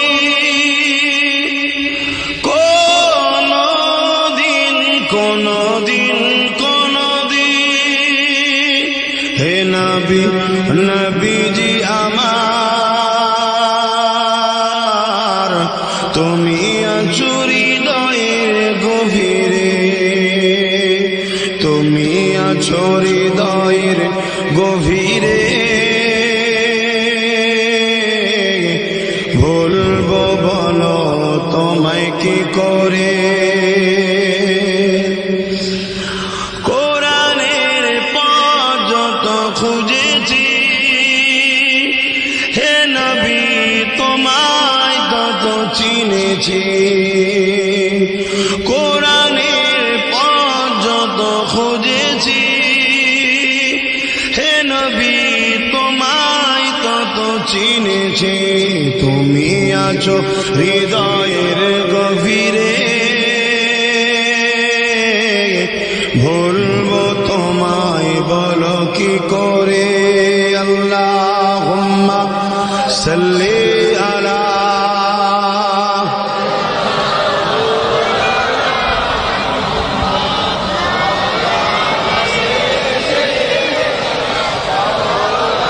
আমার আব্বা জানেরা, আমার পর্দা নিশিনা দূর দূরান্তে আম্মা বোনেরা, আমার ভাইরা, আমরা অনেক সহজ ইসলাম পেয়েছি, এজন্য গুরুত্ব নাই। আমাদের ঘরের ছেলেদের ধর্মের উপরে প্রেম ভালোবাসা গুরুত্বহীন হয়ে যাচ্ছে, আমাদের খেয়ালই নাই চারিদিকে কিভাবে ডেমক পোকার মতো আমার ইসলামের উপরে একদল মানবরূপী পশুরা কুকুরে কুকুরে খাচ্ছে, আমাদের খেয়ালই নাই, কোনো লক্ষ্য নাই আমাদের। আমাদের লক্ষ্য শুধু নিজের পেট, নিজের পরিবার, নিজের বাচ্চা। আমার যুবকরা আসো, পেট আল্লাহ চালাবে, রিজিকের মালিক আল্লাহ। কখনো কখনো একটু ভাবো, আমার নবী যে দিনটা দিয়ে গেছে ওই দিনটার জন্য একটু ভাবো। ইসলামকে মজবুত করে ধরো, প্রথমে নিজেদের জীবনে ইসলাম আনো, ইসলামের কাতারে চলার চেষ্টা করো। চেষ্টা করতে গিয়ে 100টা কাজের মধ্যে 10টা হয়েছে, কিন্তু তোমার চেষ্টাই ছিল 100টা করার। আমার আল্লাহ এত দয়ালু, তোমাকে আল্লাহ কামিয়াবি করে দেবে। জোরে বলুন সুবহানাল্লাহ। কেননা হাদিস পাক হযরতে ফারুক আযম রাদিয়াল্লাহু তাআলা আনহু হুজুরের পিরিয়ডের একটা কথা মনে পড়েছে, শিক্ষার স্বার্থে তোমাদের কাছে বলছি শোনো। হযরত ওমর ফারুক রাদিয়াল্লাহু তাআলা খলিফা হলেন, অর্ধেক পৃথিবীর সুলতান শাহিনশাহ রাজা হলেন। হুজুর আইন পাস করলেন, কি আইন? মদ ব্যান্ড। মদ যদি কেউ পান করে তাকে অনেক শাস্তি দেওয়া হবে, ঘোষণা হয়ে গেছে। দোকান টোকান সব তো বন্ধই, এমনি কেউ গোপনে যে লুকিয়ে লুকিয়ে খেত সেটাও ভয়, সব বন্ধ। একদিন একটা যুবক ছেলে অন্য কোন সাইডে, শহর থেকে অনেক দূরে, এখন সে শরাবকে পান করে বোতল নিয়ে শরাব পান করতে করতে যাচ্ছে। আর হযরত ওমর ফারুক কোনো কারণে ওই রাস্তা দিয়ে যাচ্ছিলেন, আর ছেলেটা দূর থেকে দেখতে পেয়ে গেছে ওমর ফারুক আসছে, তো ভয় থরথর করে কাঁপছে। বিচার হবে, দৌড়া মারা হবে, বেতের আঘাত করা হবে, শাস্তি দেওয়া হবে। তো বোতলকে পিছনে লুকিয়ে থরথর করে কাঁপছে, আর চোখ দিয়ে পানি বেরোচ্ছে। হযরত ওমর ফারুক এসে দাঁড়িয়ে গেলেন, যে বলছে বাবা তুমি কাঁদছো কেন, কি হয়েছে তোমার, আর কি লুকোচ্ছ তুমি হাতে,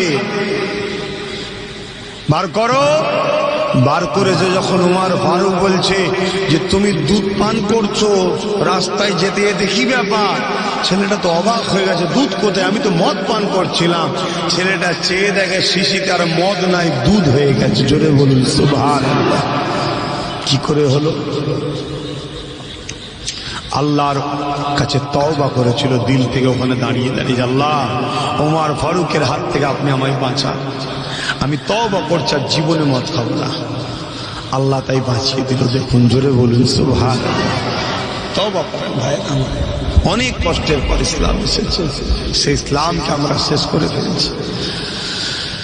হযরত আবু বকর সিদ্দিক রাদিয়াল্লাহু তাআলা হুজুরের জিন্দেগি যদি আমরা দেখি, ইসলামের সর্বপ্রথম যিনি ইমানের কালেমা পড়ে নবীকে রসুল জেনে আল্লাহকে আল্লাহ বলে দ্বীনে মুহাম্মাদির মধ্যে এসেছে হযরত ওমর ফারুক, হযরত আবু বকর সিদ্দিক যখন রাসূলুল্লাহর পাশে করে নিয়ে কাবা শরীফের পাশে দাঁড়িয়ে আল্লাহর দ্বীনের কথা মানুষকে শোনাতে লেগেছে, ওই সময় তৎকালীন যারা জালিম ছিল হযরত আবু বকর সিদ্দিকের উপরে বড় বড় পাথর নিক্ষেপ করেছিল। ওই পাথরের আঘাতে হযরত আবু বকর সিদ্দিকের শরীর দিয়ে দগদগ রক্ত ঝরে ঝরে পড়তেছিল। কাবার চাতানে সর্বপ্রথম যে মানুষটা রক্ত ঝরেছে উনি ফুরফুরা জমিনের আবু বকর সিদ্দিক দাদা হুজুর পীর কেবলা 30তম ঊর্ধ্ব পুরুষ ছিলেন। এ যুবকেরা, তরুণেরা, বাপেরা, তিনি আল্লাহর দ্বীনের জন্য এতটা কষ্ট করেছে, এত মার মেরেছিল, হযরত আবু বকর সিদ্দিক অজ্ঞান হয়ে পড়ে রইল। আরে ওনাকে তোলার কেউ ছিল না। এমন করে তামিল গোত্রের মানুষেরা হযরত আবু বকর সিদ্দিককে উঠিয়ে নিয়ে গিয়ে ঘরে পৌঁছে দেয়। আল্লাহ পাকের হুকুমে যখন আবু বকর সিদ্দিকের হুঁশটা ফিরে আসে, দেখে মায়ের কোলে মাথা দিয়ে শুয়ে রয়েছে। হুঁশটা ফিরার পরে সর্বপ্রথম জবানে যে কথাটা বলেছিলেন, ইয়া উম্মি কাইফা হালুন নবী, আমার আম্মা জান, আমার নবী কেমন আছে। নিজে রক্তাক্ত, নিজের শরীর ফেটে গেছে, পুরো রক্তে ভিজা শরীর, অজ্ঞান হয়ে পড়েছিল, জ্ঞান ফিরেছে, তথাপিও নিজের কথা ভাবছে না। কেন? তারা নিজেকে নিজের থেকেও রসুলকে বেশি ভালোবেসেছে। জোরে বলি সুবহানাল্লাহ।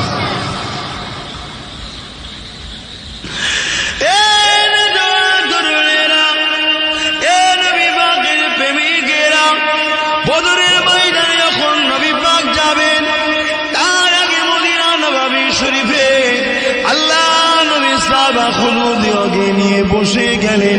বাবা সাহাবারা খবর পেল 1000-এর উপরে জালিমরা সুসজ্জিত অস্ত্র শস্ত্র নিয়ে মদিনা শরীফের উপরে হামলা করবে বলে আগে আসছে। বাবা, মা বোন বেটিদের মদিনাকে রক্ষা করার জন্য, 70 দিনকে ইবাদত করার জন্য বাবারা কে যাবে বলো বাবা।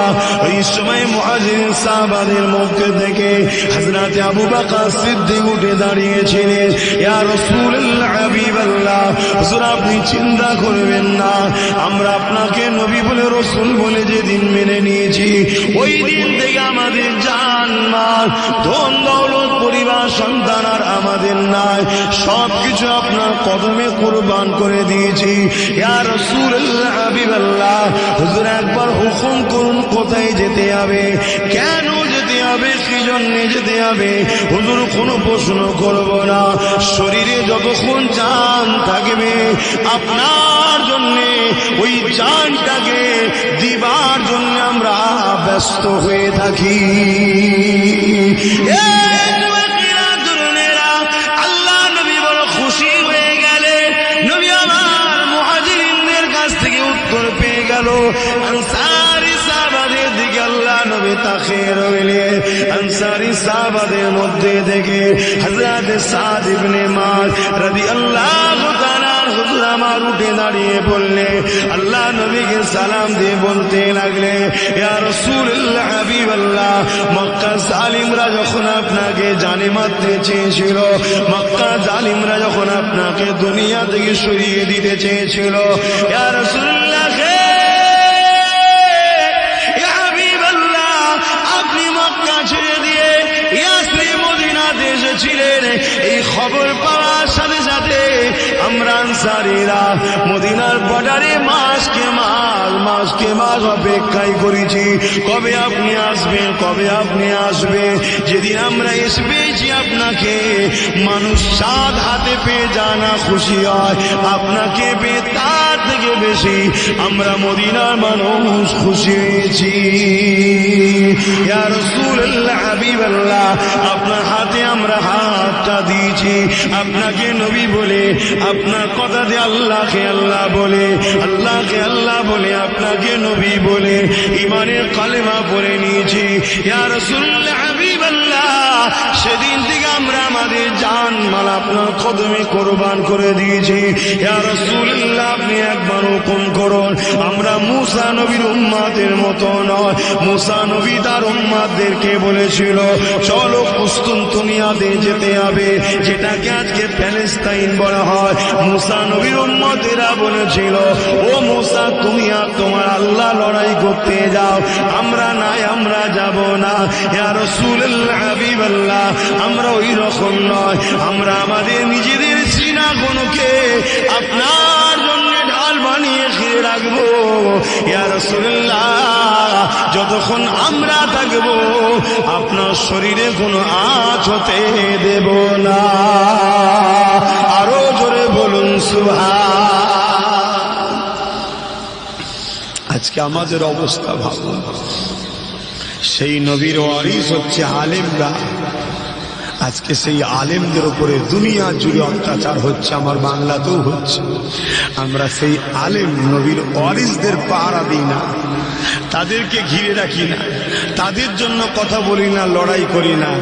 আমরা লড়াই করি কাদের পক্ষে? চোর, বদমাই, লুটেরা, জালিমদের পক্ষে লড়াই করছি, তাদের জন্য জানতে দিচ্ছি। অথচ নবী বললেন, আল উলামা ওয়ারাসাতুল আম্বিয়া, নবীর ওয়ারিস হলো আলেমরা। কোন আলেম? যে আলেম আপনাদেরকে নবী চিনাই। এক কথায়, যে আলেম সব চিনাই, নবী চিনাই না, ওই আলেম নবীর ওয়ারিস নয়। যে আলেম নবীকে চিনাই, জানবেন ওই আলেম হলো নবীর ওয়ারিস। ওদের জন্য যদি আপনি নিজেকে কোরবান করতে পারেন, মনে রাখবেন আপনি রাসূলুল্লাহর ওয়ারিসের জন্য কোরবান করেছেন। হাকিকাতে রাসূলুল্লাহর জন্যই করলেন। কেন? নবীর ওয়ারিস বলি করেছিলাম। জোরে বলুন সুবহানাল্লাহ। আতে ভাবে কেন এই সমাজে হক কথা আস্তে আস্তে তো বলনেওয়ালাও কমে যাচ্ছে। রসুলের কথা, দিনের কথা, ইনসাফের কথা, ইনসানিয়াতের কথা, নবীর প্রেম, ইমানের কথা আস্তে আস্তে বলাই কমে যাচ্ছে। কেন কমে যাচ্ছে বাপ ভাই? এই কারণেও একটা কারণ কি, আলেমরা দেখছে আমাদের পাশে, আমাদের সাধারণ ছেলেরা নাই। আমাদের ছেলেরা তাদের পাশে চলে গেছে, যারা আমাদের ছেলেদেরকে সামান্য ভিক্ষা দিয়ে তাদের দিকে করে নিয়ে, তাদের যারা আমাদেরকে মিটাতে চায়, আমাদেরকে শেষ করতে চায়। আজকে দেখুন আমার বাংলা, আমার দেশ, যেগুলো আমাদের চোখের সামনে আসছে, দেখতে পাচ্ছি। দূরের খবর হয়তো নাও পেতে পারে, কিন্তু চোখের সামনে যেগুলো আমরা দেখতে পাচ্ছি, প্রতিটা দেখুন আলেম, উলামা, পীর সাহেব, মুফতি সাহেব, ইমাম সাহেবদের ঘরে গোলাম বানানো হয়ে গেছে। আমার কথা কি ভুল হচ্ছে? গোলাম বানানো হয়ে গেছে। সামান্য কিছু ভিক্ষা দিয়ে হোক, কাউকে ভয় দেখিয়ে হোক, কাউকে প্রেশার দিয়ে হোক, কার নামে মিথ্যে মামলা করে হোক, যেমন করে হোক, গোলাম বানিয়ে রাখা হয়েছে। হ্যাঁ, আমার ইশারায় কথা বলবে, আমি যেটা বলবো সেটাই ঠিক আছে। দিন ইসলামের কথা না বললে তোমার হুজুরি চলবে না, তোমার ইমামতি চলবে না, তোমার মুফতি সাহেবের চলবে না। বলো, আমার দিকে ব্যালেন্সটা রেখে বলবে। শুনছেন না? শুনেন, আমার দিকে ব্যালেন্সটা রেখে বলবে। পুরো রাসূলুল্লাহর হয়ে বলার দরকার নেই, পুরো কোরআন সুন্নাহর হয়ে বলার দরকার নেই। কোন রকম না বললে লোক ধরে ফেলবে, বলতে হয় বলো। হক কথা বলার লোক আছে, বলো। কি গো, সারা দিচ্ছ নি কেন? ঘুমিয়ে ঘুমোচ্ছ নাকি? আমার কথাই অসুবিধা হচ্ছে, কষ্ট লেগে গেল? বলো, আমি ভুল বলছি। দেখ, পারফেক্ট দেখ, একটু আগে গিয়ে আসে। দরুদ শরীফ আল্লাহুম্মা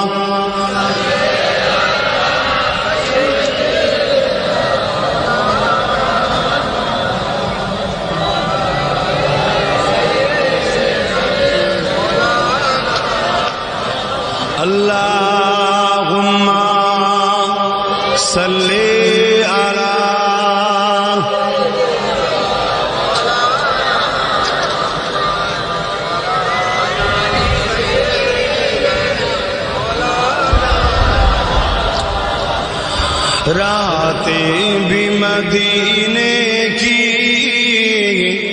باتیں بھی مدینے کی، راتیں بھی مدینے کی، باتیں بھی مدینے کی، جینے میں جینا ہے کیا بات ہے جینے کی۔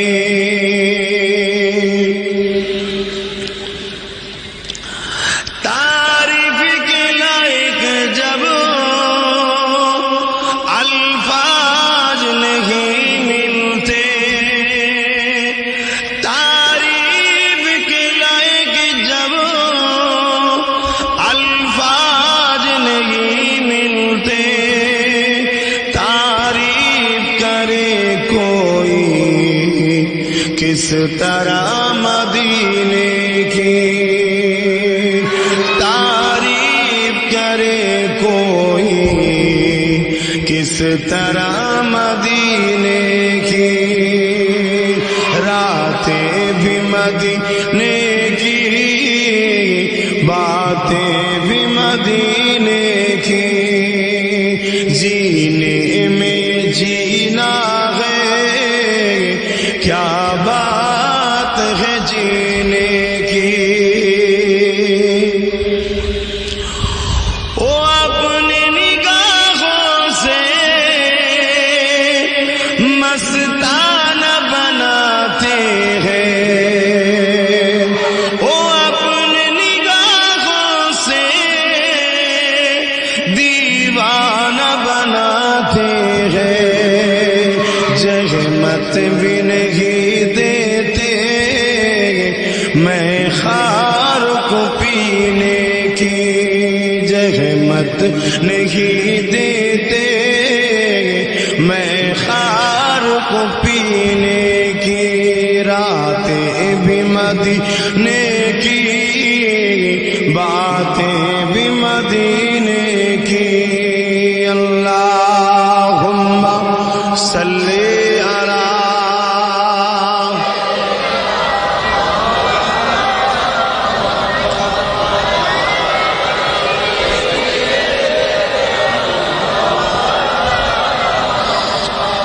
আমার আব্বা জানেরা, আমার আম্মা জানেরা, বোনেরা, ভাইয়েরা, আবার বলছি এ দুনিয়া কিন্তু আব্বাস সিদ্দিকীর জন্য চিরস্থায়ী নয়, আপনাদের জন্য চিরস্থায়ী নয়।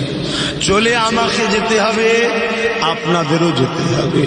কবর কিন্তু বড় একা থাকার জায়গা, কবর পোকামাকড়ের জায়গা, কবর অন্ধকার জায়গা। ওই জায়গায় যাবার আগে ওই জায়গাটাকে ভালো করে যাও। যারা রসুলের নয়, যারা আল্লাহর নয় এবং আল্লাহ ওয়ালাদের নয়, তাদের জন্য কবর বা বড় কঠিন হবে। আজ আসেন বাবারা, আবার আলোচনার দিকে ফিরে যান। আল্লাহ নবী, নূর নবী, দয়া নবী, নবী আমার দিনের জন্য নিজে খোদ কত কষ্ট করেছে। আল্লাহ নবী তায়েফের জমিনে গেলেন। বাবারা, তোমাদের কাছে এক আল্লাহর বাণী নিয়ে এসেছে, ইনসাফের কথা নিয়ে এসেছে, ইনসানিয়াতের কথা নিয়ে এসেছে, সভ্যতার কথা নিয়ে এসেছে, মানবতার কথা নিয়ে এসেছে, প্রেমের কথা নিয়ে এসেছে। এ বাবারা, আমি রাসূলুল্লাহকে তোমরা আঘাত করো না, কিন্তু তায়েফে মানুষেরা আল্লাহ নবীকে পাথর ছুঁড়ে ছুঁড়ে মারতে লেগেছে। নবী পাকের শরীর মোবারকে যেখানে যেখানে পাথর লাগে ওখানটা ফেটে গিয়ে রক্ত ঝরতে লেগেছে। ভেবে দেখুন যুবকেরা, আল্লাহ জিনার জন্য কায়নাতকে বানিয়েছে, এই আসমান আল্লাহ আমার নবীর জন্য বানিয়েছে, এই জমিন আল্লাহ নবীর জন্য বানিয়েছে, ফেরেশতা আল্লাহ বানিয়েছে নবীর জন্য, আরশ বানিয়েছে, কুল কায়নাত আল্লাহ বানিয়েছে নবী মুহাম্মদ রাসূলের খাতিরে। সেই নবী পাকের উপরে জুলুম হতে লেগেছে। নবী পাক আমার অজ্ঞানে করে রয়ে গেলেন। সাহাবা গমন করে ফেরেশতারা কাঁদতে লেগেছে। এই জমিনের দুটো দৃশ্য দেখে আল্লাহর ফেরেশতারা বড় কেঁদেছিল। একটা আমার রাসূলুল্লাহ তায়েফের জমিনের ওয়াকিয়া, আর একটা হলো আব্বা জান ইব্রাহিম আর ইসমাইল হুজুরের ওয়াকিয়া। ফেরেশতারা পর্যন্ত কেঁদেছে, কিন্তু আমাদের দিল এত পাষাণ হয়ে গেছে। আমরা জলসা করি, একদল লোক মন দিয়ে শুনি, আমাদেরই মজলিসে বসে থাকা একদল ছেলে মোবাইল নিয়ে ব্যস্ত থাকে, হাসাহাসি করে, এদিক ওদিক তাকায়, দেখে খুব দুঃখ লাগে। আল্লাহ, এত খারাপ হয়ে গেল আমাদের ঘরের ছেলেগুলো। হ্যাঁ জানি গুনাহ করে ফেলেছে, গুনাহ তো আমারও আছে, নেই আমি তো তোমাদের থেকে বেশি গুনাহগার, কিন্তু এত খারাপ হয়ে গেল যেখানে একটা রাসূলের কথা হচ্ছে, আল্লাহর কথা হচ্ছে, ইমামদের কথা হচ্ছে, ওলিদের কথা হচ্ছে, সুহাদাদের কথা হচ্ছে, ও যদি শুনে নাও মান চলতে পারে, শোনার মুহূর্তে তোর মধ্যে একটা টেনশন, চিন্তা, পরিবর্তন দেখা দরকার ছিল, ওইটুকুও নাই। কি কঠিন সময় এসে গেল। আল্লাহ,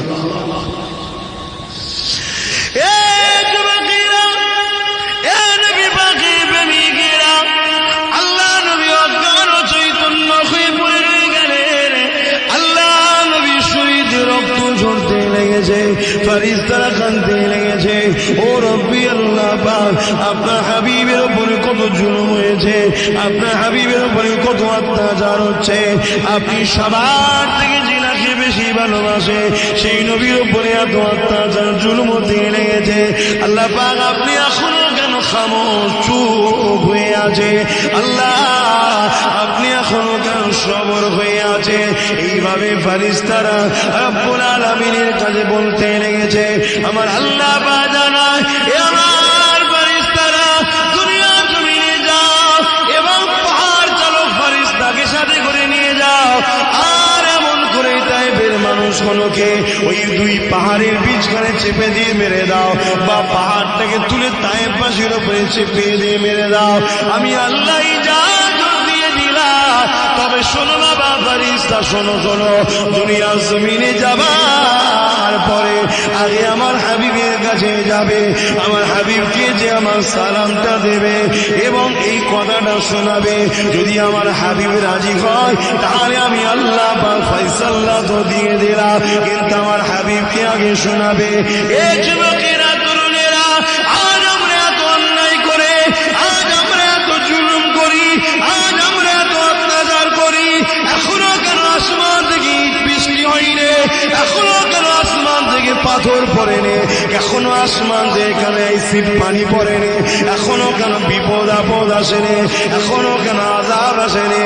এর কারণ একটাই হলো, নবী আমার রওজা মুবারকে আজও কাঁদতেছে। আরো জোরে বলুন সুবহান।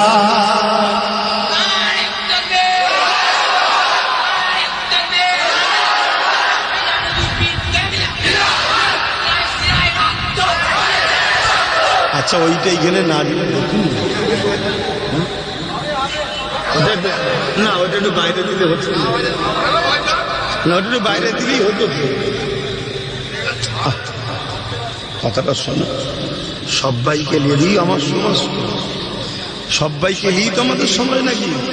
এখানে হয়তো, এখানে না হলো কোনো জায়গায় হয়তো এমন 5টা লোক আছে ভালোবাসে, সবটাই পছন্দ করে, কিন্তু এই স্লোগানটা তার হয়তো একটু ধর্ম সবাই দিওয়াতে একটু খটকা লাগে, ঠিক না?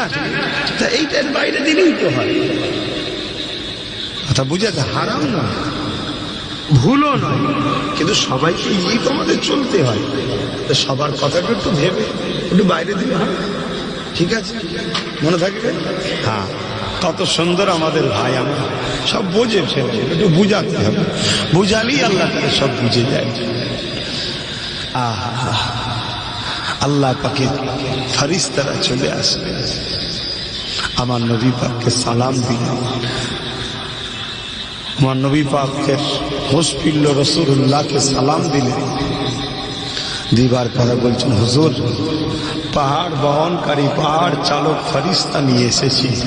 আল্লাহ ইজাজত দিয়েছে, শুধু আপনার রায়ের অপেক্ষায় আছি। কি জন্যে বাবা? এই তায়েববাসীকে দুই পাহাড়ের বিচখানে দিয়ে চেপে মেরে দেওয়া হবে, বা এদের উপরে পাহাড়কে চাপিয়ে দেওয়া হবে। মুসলমান ঘরের ছেলে মেয়েরা, তরুণেরা, ও আমার নবীর উম্মত উম্মতিরা, আমার নবী পাক কতটা দয়ালু নবী দেখো।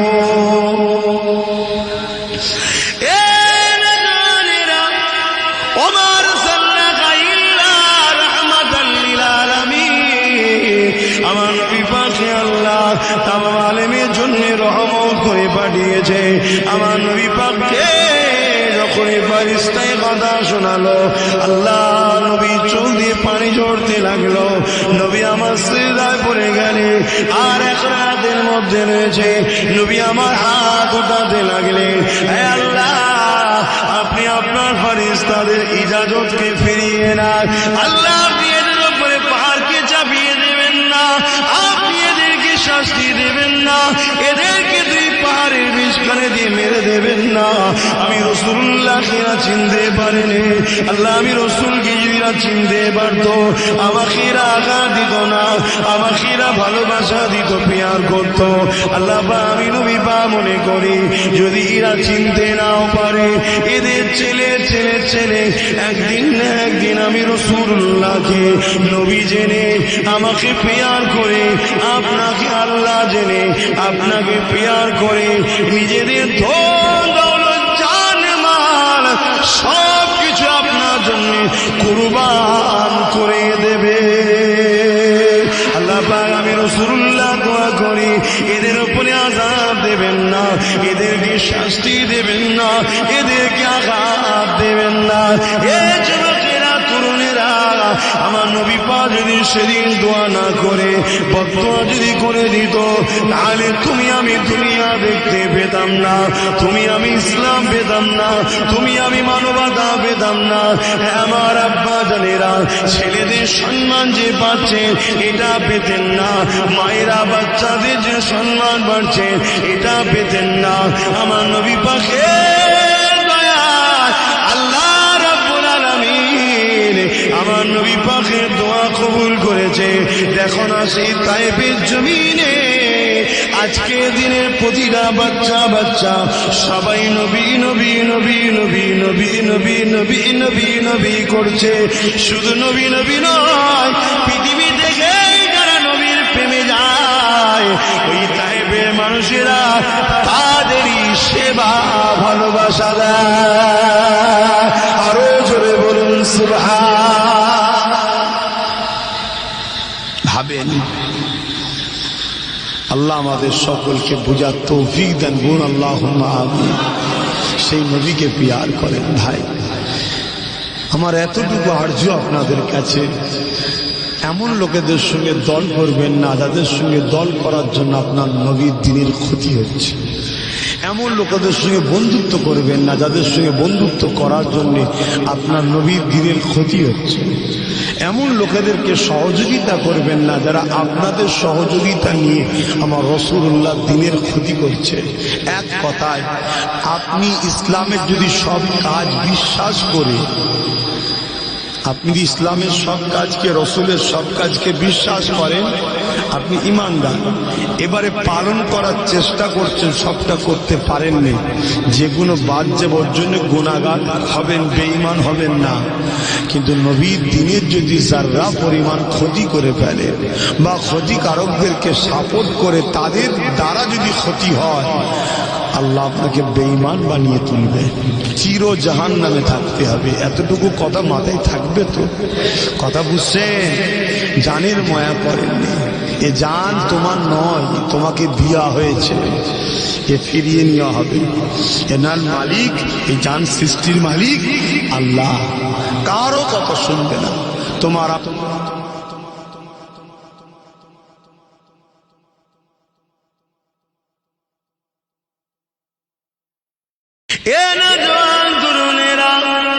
এই ছোট্ট বাচ্চা বাসির খবরটা ছুটে গিয়ে মদিনার এক উঁচু দাঁড়িয়ে গেছে, যার তলা দিয়ে পাশ দিয়ে মদিনায় যাবার রাস্তা রয়েছে। ওই বাঁশির ওখানে দাঁড়িয়ে আছে। আব্বা জান যদি ফিরে আসে আব্বা বলে ডাকবো। একটা একটা একটা করে সাহাবী ফিরে যায়। বাঁশির ওই সাহাবা হুজুরদের মধ্যে নিজের আব্বা জানকে দেখতে পেলেন না। এই যখনই দেখতে পেল না, কচি অন্তরটা কেঁদে উঠলো, চোখ দিয়ে পানি গড়াতে লাগলো, আবার মনকে সান্ত্বনা দিতে লাগলো, হয়তো আমার দেখা ভুল হয়ে গেছে। চলো মদিনার মেন রাস্তার গেটে দাঁড়িয়ে যায়, যেখান থেকে আমার রাসূলুল্লাহ সাহাবা হুজুররা মদিনা নববীতে প্রবেশ করবে। যখনই বাঁশি ছুটতে যায়, রাস্তায় বাধা হয়ে গেল। মাথাটা তুলে দেখে দিন দুনিয়ার বাদশাহ, দোনো জাহানের সুলতান নবী মুহাম্মদ রাসূলুল্লাহ দাঁড়িয়ে রয়েছে। আল্লাহ নবীকে দেখে ওই বাচ্চা বাসির বলতে লেগেছে, ইয়া রাসূলুল্লাহ হাবিবাল্লাহ, আমার আম্মা জান দুনিয়া জমিনে নাই, আমার আব্বা বড় গরীব ছিল। ইয়া রাসূলুল্লাহ আমার কাছে এসে বলেছিল, বাবা আল্লাহ আল্লাহ রাসূলের জন্য আমি লড়াইয়ের ময়দানে যাব, জানটাকে কোরবান করে দেবো বাবা। বাবা তাই আমি আমার আব্বাকে ছেড়ে দিয়েছিলাম। ইয়া রাসূলুল্লাহ হাবিবাল্লাহ, আজ সাহাবারা বিজয় হয়ে ফিরে আসছে। হুজুর আমি জানতে চাই আমার আব্বা জান কি ফিরে এসেছে? ওই সাহাবাদের কাতারে আমি আমার আব্বা জানকে দেখতে পেলাম না। ইয়া রাসূলুল্লাহ হাবিবাল্লাহ, আমার আম্মা নাই, আমার সারা হলো আমার আব্বা জান। দয়া নবী, রহমতের নবী এই কথাটা শুনে বাসিরের দিকে আর মুখ রাখতে পারলেন না। নবী আমার মুখটাকে ঘুরিয়ে নিলেন। যেদিকে মুখটা ঘুরিয়ে নিল, বাসির ঘুরে গিয়ে ওই দিকে হাজির হয়ে যান। ইয়া রাসূলুল্লাহ হাবিবাল্লাহ, আপনি চুপ থাকবেন না হুজুর, দয়া করে বলেন আমার আব্বা কি বেঁচে আছে? আল্লাহ নবী ছোট্ট বাচ্চাকে কি জবাব দেবে? নবী আমার মুখটা আর একদিকে ঘুরিয়ে নিল, বাসির সেদিকে ঘুরে গেছে। আল্লাহ নবী চোখ ভরা পানি গড়িয়ে গড়িয়ে গড়িয়ে দাড়ি মোবারক দিয়ে সিনাতে পড়তে লেগেছে। বাসির বুঝতে পেরে গেছে। জমিনে হাঁটু গেড়ে বসে পড়ে বলতে লেগেছে, আল্লাহ আজ আমি বাপ হারা মা হারা হয়ে গেলাম, এই জমিনে আমার আর কেউ নয়। রাসূলুল্লাহ চোখের পানি প্রমাণ করে দিয়েছে, এই জমিনে আমার আব্বা জান আর বেঁচে নাই। আজ আমার বাপও চলে গেল, আজ আমার মাও চলে গেল। আল্লাহ আমি একা হয়ে গেলাম, আল্লাহ আমার কেউ আর নাই। যখন রাসূলুল্লাহ সামনে কথা বলেছে, নবী আমার হাঁটু গেড়ে বসে গিয়ে ওই বাসিরকে বুকে জড়িয়ে ধরে বলেছিল, ও বাবা ছেলে রে,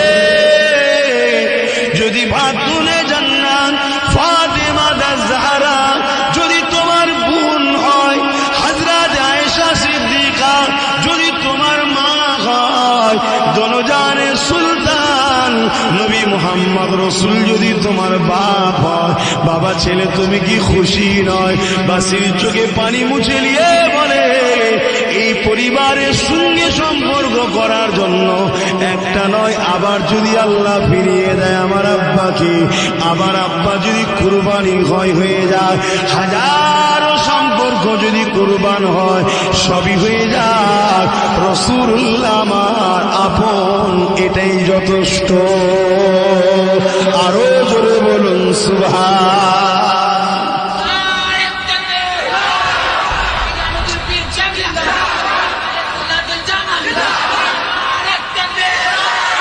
আল্লাহ বা শহীদান হুজুরদেরকে বেহিসাব জান্নাত দিয়ে থাকে। শুধু জান্নাত দেয় তা নয়, আল্লাহ পাক তিনাদের খাতিরে এমনও অনেক বান্দা বান্দীদেরকে জান্নাতে দেবেন, যারা কিনা দুনিয়া জমিনে ধরা পড়ে যাবে, দুনিয়া জমিনে পাপ করার জন্য ময়দানে মাশরে ধরা পড়ে যাবে, কিন্তু এই শহীদান হুজুররা তিনাদের জন্য আল্লাহ পাকের কাছে সুপারিশ করবে। আমাদের দয়ালু আল্লাহ, ইনারা দুনিয়া জমিনে আমাদেরকে মহব্বত করত, আমাদের আলোচনা করত, আমাদের কথা শুনে বড় খুশি হতো, আমাদেরকে মডেল হিসাবে লক্ষ্য করত।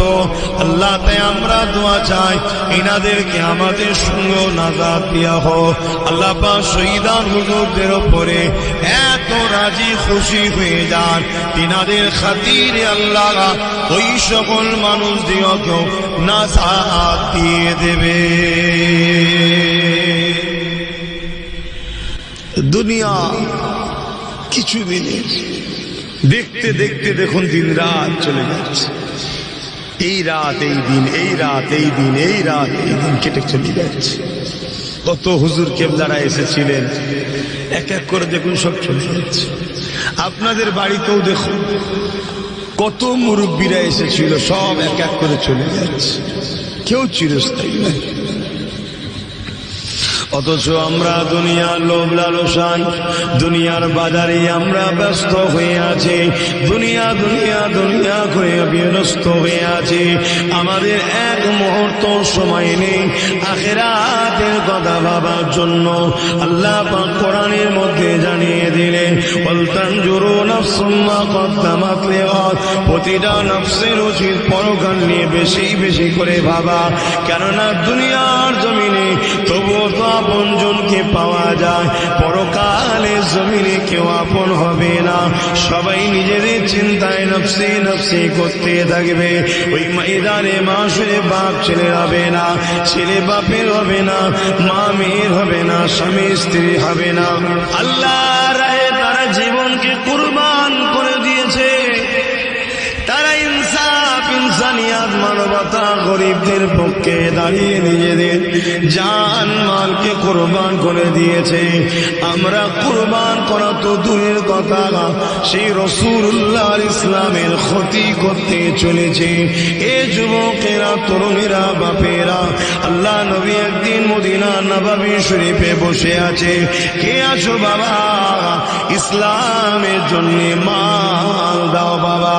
কেননা গোপনে গোপনে ইসলামের দুশ্মনেরা অর্থ জোগাড় করেছে, গোপনে গোপনে ইসলামের দুশ্মনেরা সৈন্য জোগাড় করেছে, গোপনে গোপনে ইসলামের দুশ্মনেরা তারা এমন করে প্রস্তুত নিয়ে নিয়েছে। বাবারা কে আছো, এদের বিরুদ্ধে সংগ্রাম করে ইনসাফ ইনসানিয়াতকে বাঁচাবে। সাহাবা হুজুরদের মধ্যে একজন সাহাবা এক একটা জিনিস দিতে লেগেছে। কেউ রাসূলুল্লাহ কদমে ঘোড়া দিচ্ছে, উট দিচ্ছে, কেউ অর্থ দিচ্ছে, বিভিন্ন জিনিস দান করতে লেগেছে। আল্লাহ নবী বড় খুশি হতে লেগেছে। ঠিক এমন সময় নবী পাকের নজরটা এক সাহাবীর দিকে পড়ে যায়, যে সাহাবী নাকি রাসূলুল্লাহর এই মাহফিলে বসে বসে কাঁদতেছে। আল্লাহ নবী সাহাবীকে জিজ্ঞাসা করে, এ বাবা সাহাবী, সবাই আল্লাহর রাহে দান করে জান্নাত কিনে নিচ্ছে, তুমি এই রকম একটা সময় কেন কাঁদো বাবা? আল্লাহর রাহে দান করলে তার বিনিময়ে তো আল্লাহ জান্নাত দেয়। তা সাহাবারা দিচ্ছে, আর তুমি এই সময় কাঁদছো কেন? এরকম একটা আনন্দের সময়। ওই সাহাবী বলে, ইয়া রাসূলুল্লাহ, হাবিবাল্লাহ, আমি বড় গরীব, আমার দিবার মতো কিছু নাই। হুজুর, আমার যারা ভাই ভাই রয়েছে তারা দিচ্ছে, বিনিময়ে জান্নাত খরিদ করে নিচ্ছে। আমার এই পরনা চাদরটুকু ছাড়া আর দ্বিতীয় কিছু দিবার নাই। ইয়া রাসূলুল্লাহ, হাবিবাল্লাহ, আমি বড় গরীব, তবে হুজুর আমার ভাইরা আল্লাহর জান্নাত খরিদ করছে, এটা অবশ্যই খুশির বিষয়। তবে এরকম একটা সুযোগকে আমি কাজে লাগাতে পারলাম না, এই জন্য সাহাবী বড় কাঁদতে লেগেছে। এই যুবকেরা, তরুণেরা, সাহাবা হুজুরদের মনটা মনটা বড় খারাপ হয়ে গেল। রাসূলুল্লাহর চোখে পানি এসে গেল। আহারে আমার সাহাবীদের মধ্যে এত গরীব সাহাবী রয়েছে যিনার পরনা চাদর টুকুই রয়েছে। আল্লাহ নবীর চোখ দিয়ে পানি বেরোতে লাগলো। ঠিক এমনই সময় সাহাবীটা উঠে দাঁড়িয়ে বললেন, আসসালাতু আসসালামু আলাইকা ইয়া রাসূলুল্লাহ হাবিবাল্লাহ। হুজুর আপনি আমাকে একটু ইজাজত দেন হুজুর, আমি একবার ঘরে যেতে চাই। আল্লাহ নবী তাকে ইজাজত দিলেন, যাও বাবা যাও। ঘর বলতে আমাদের মতো ঘর নয়, কোন রকম পাতা দিয়ে ঘিরা, কোন রকম পাতা দিয়ে ঘিরা। ওই সাহাবীটা ঘরের বাইরে পাতা দিয়ে ঘেরা ঘরের বাইরে দাঁড়িয়ে বাসির বলে ডাক দিল। এই হালকা বয়সের ছোট্ট বাচ্চা ছুটে বেরিয়ে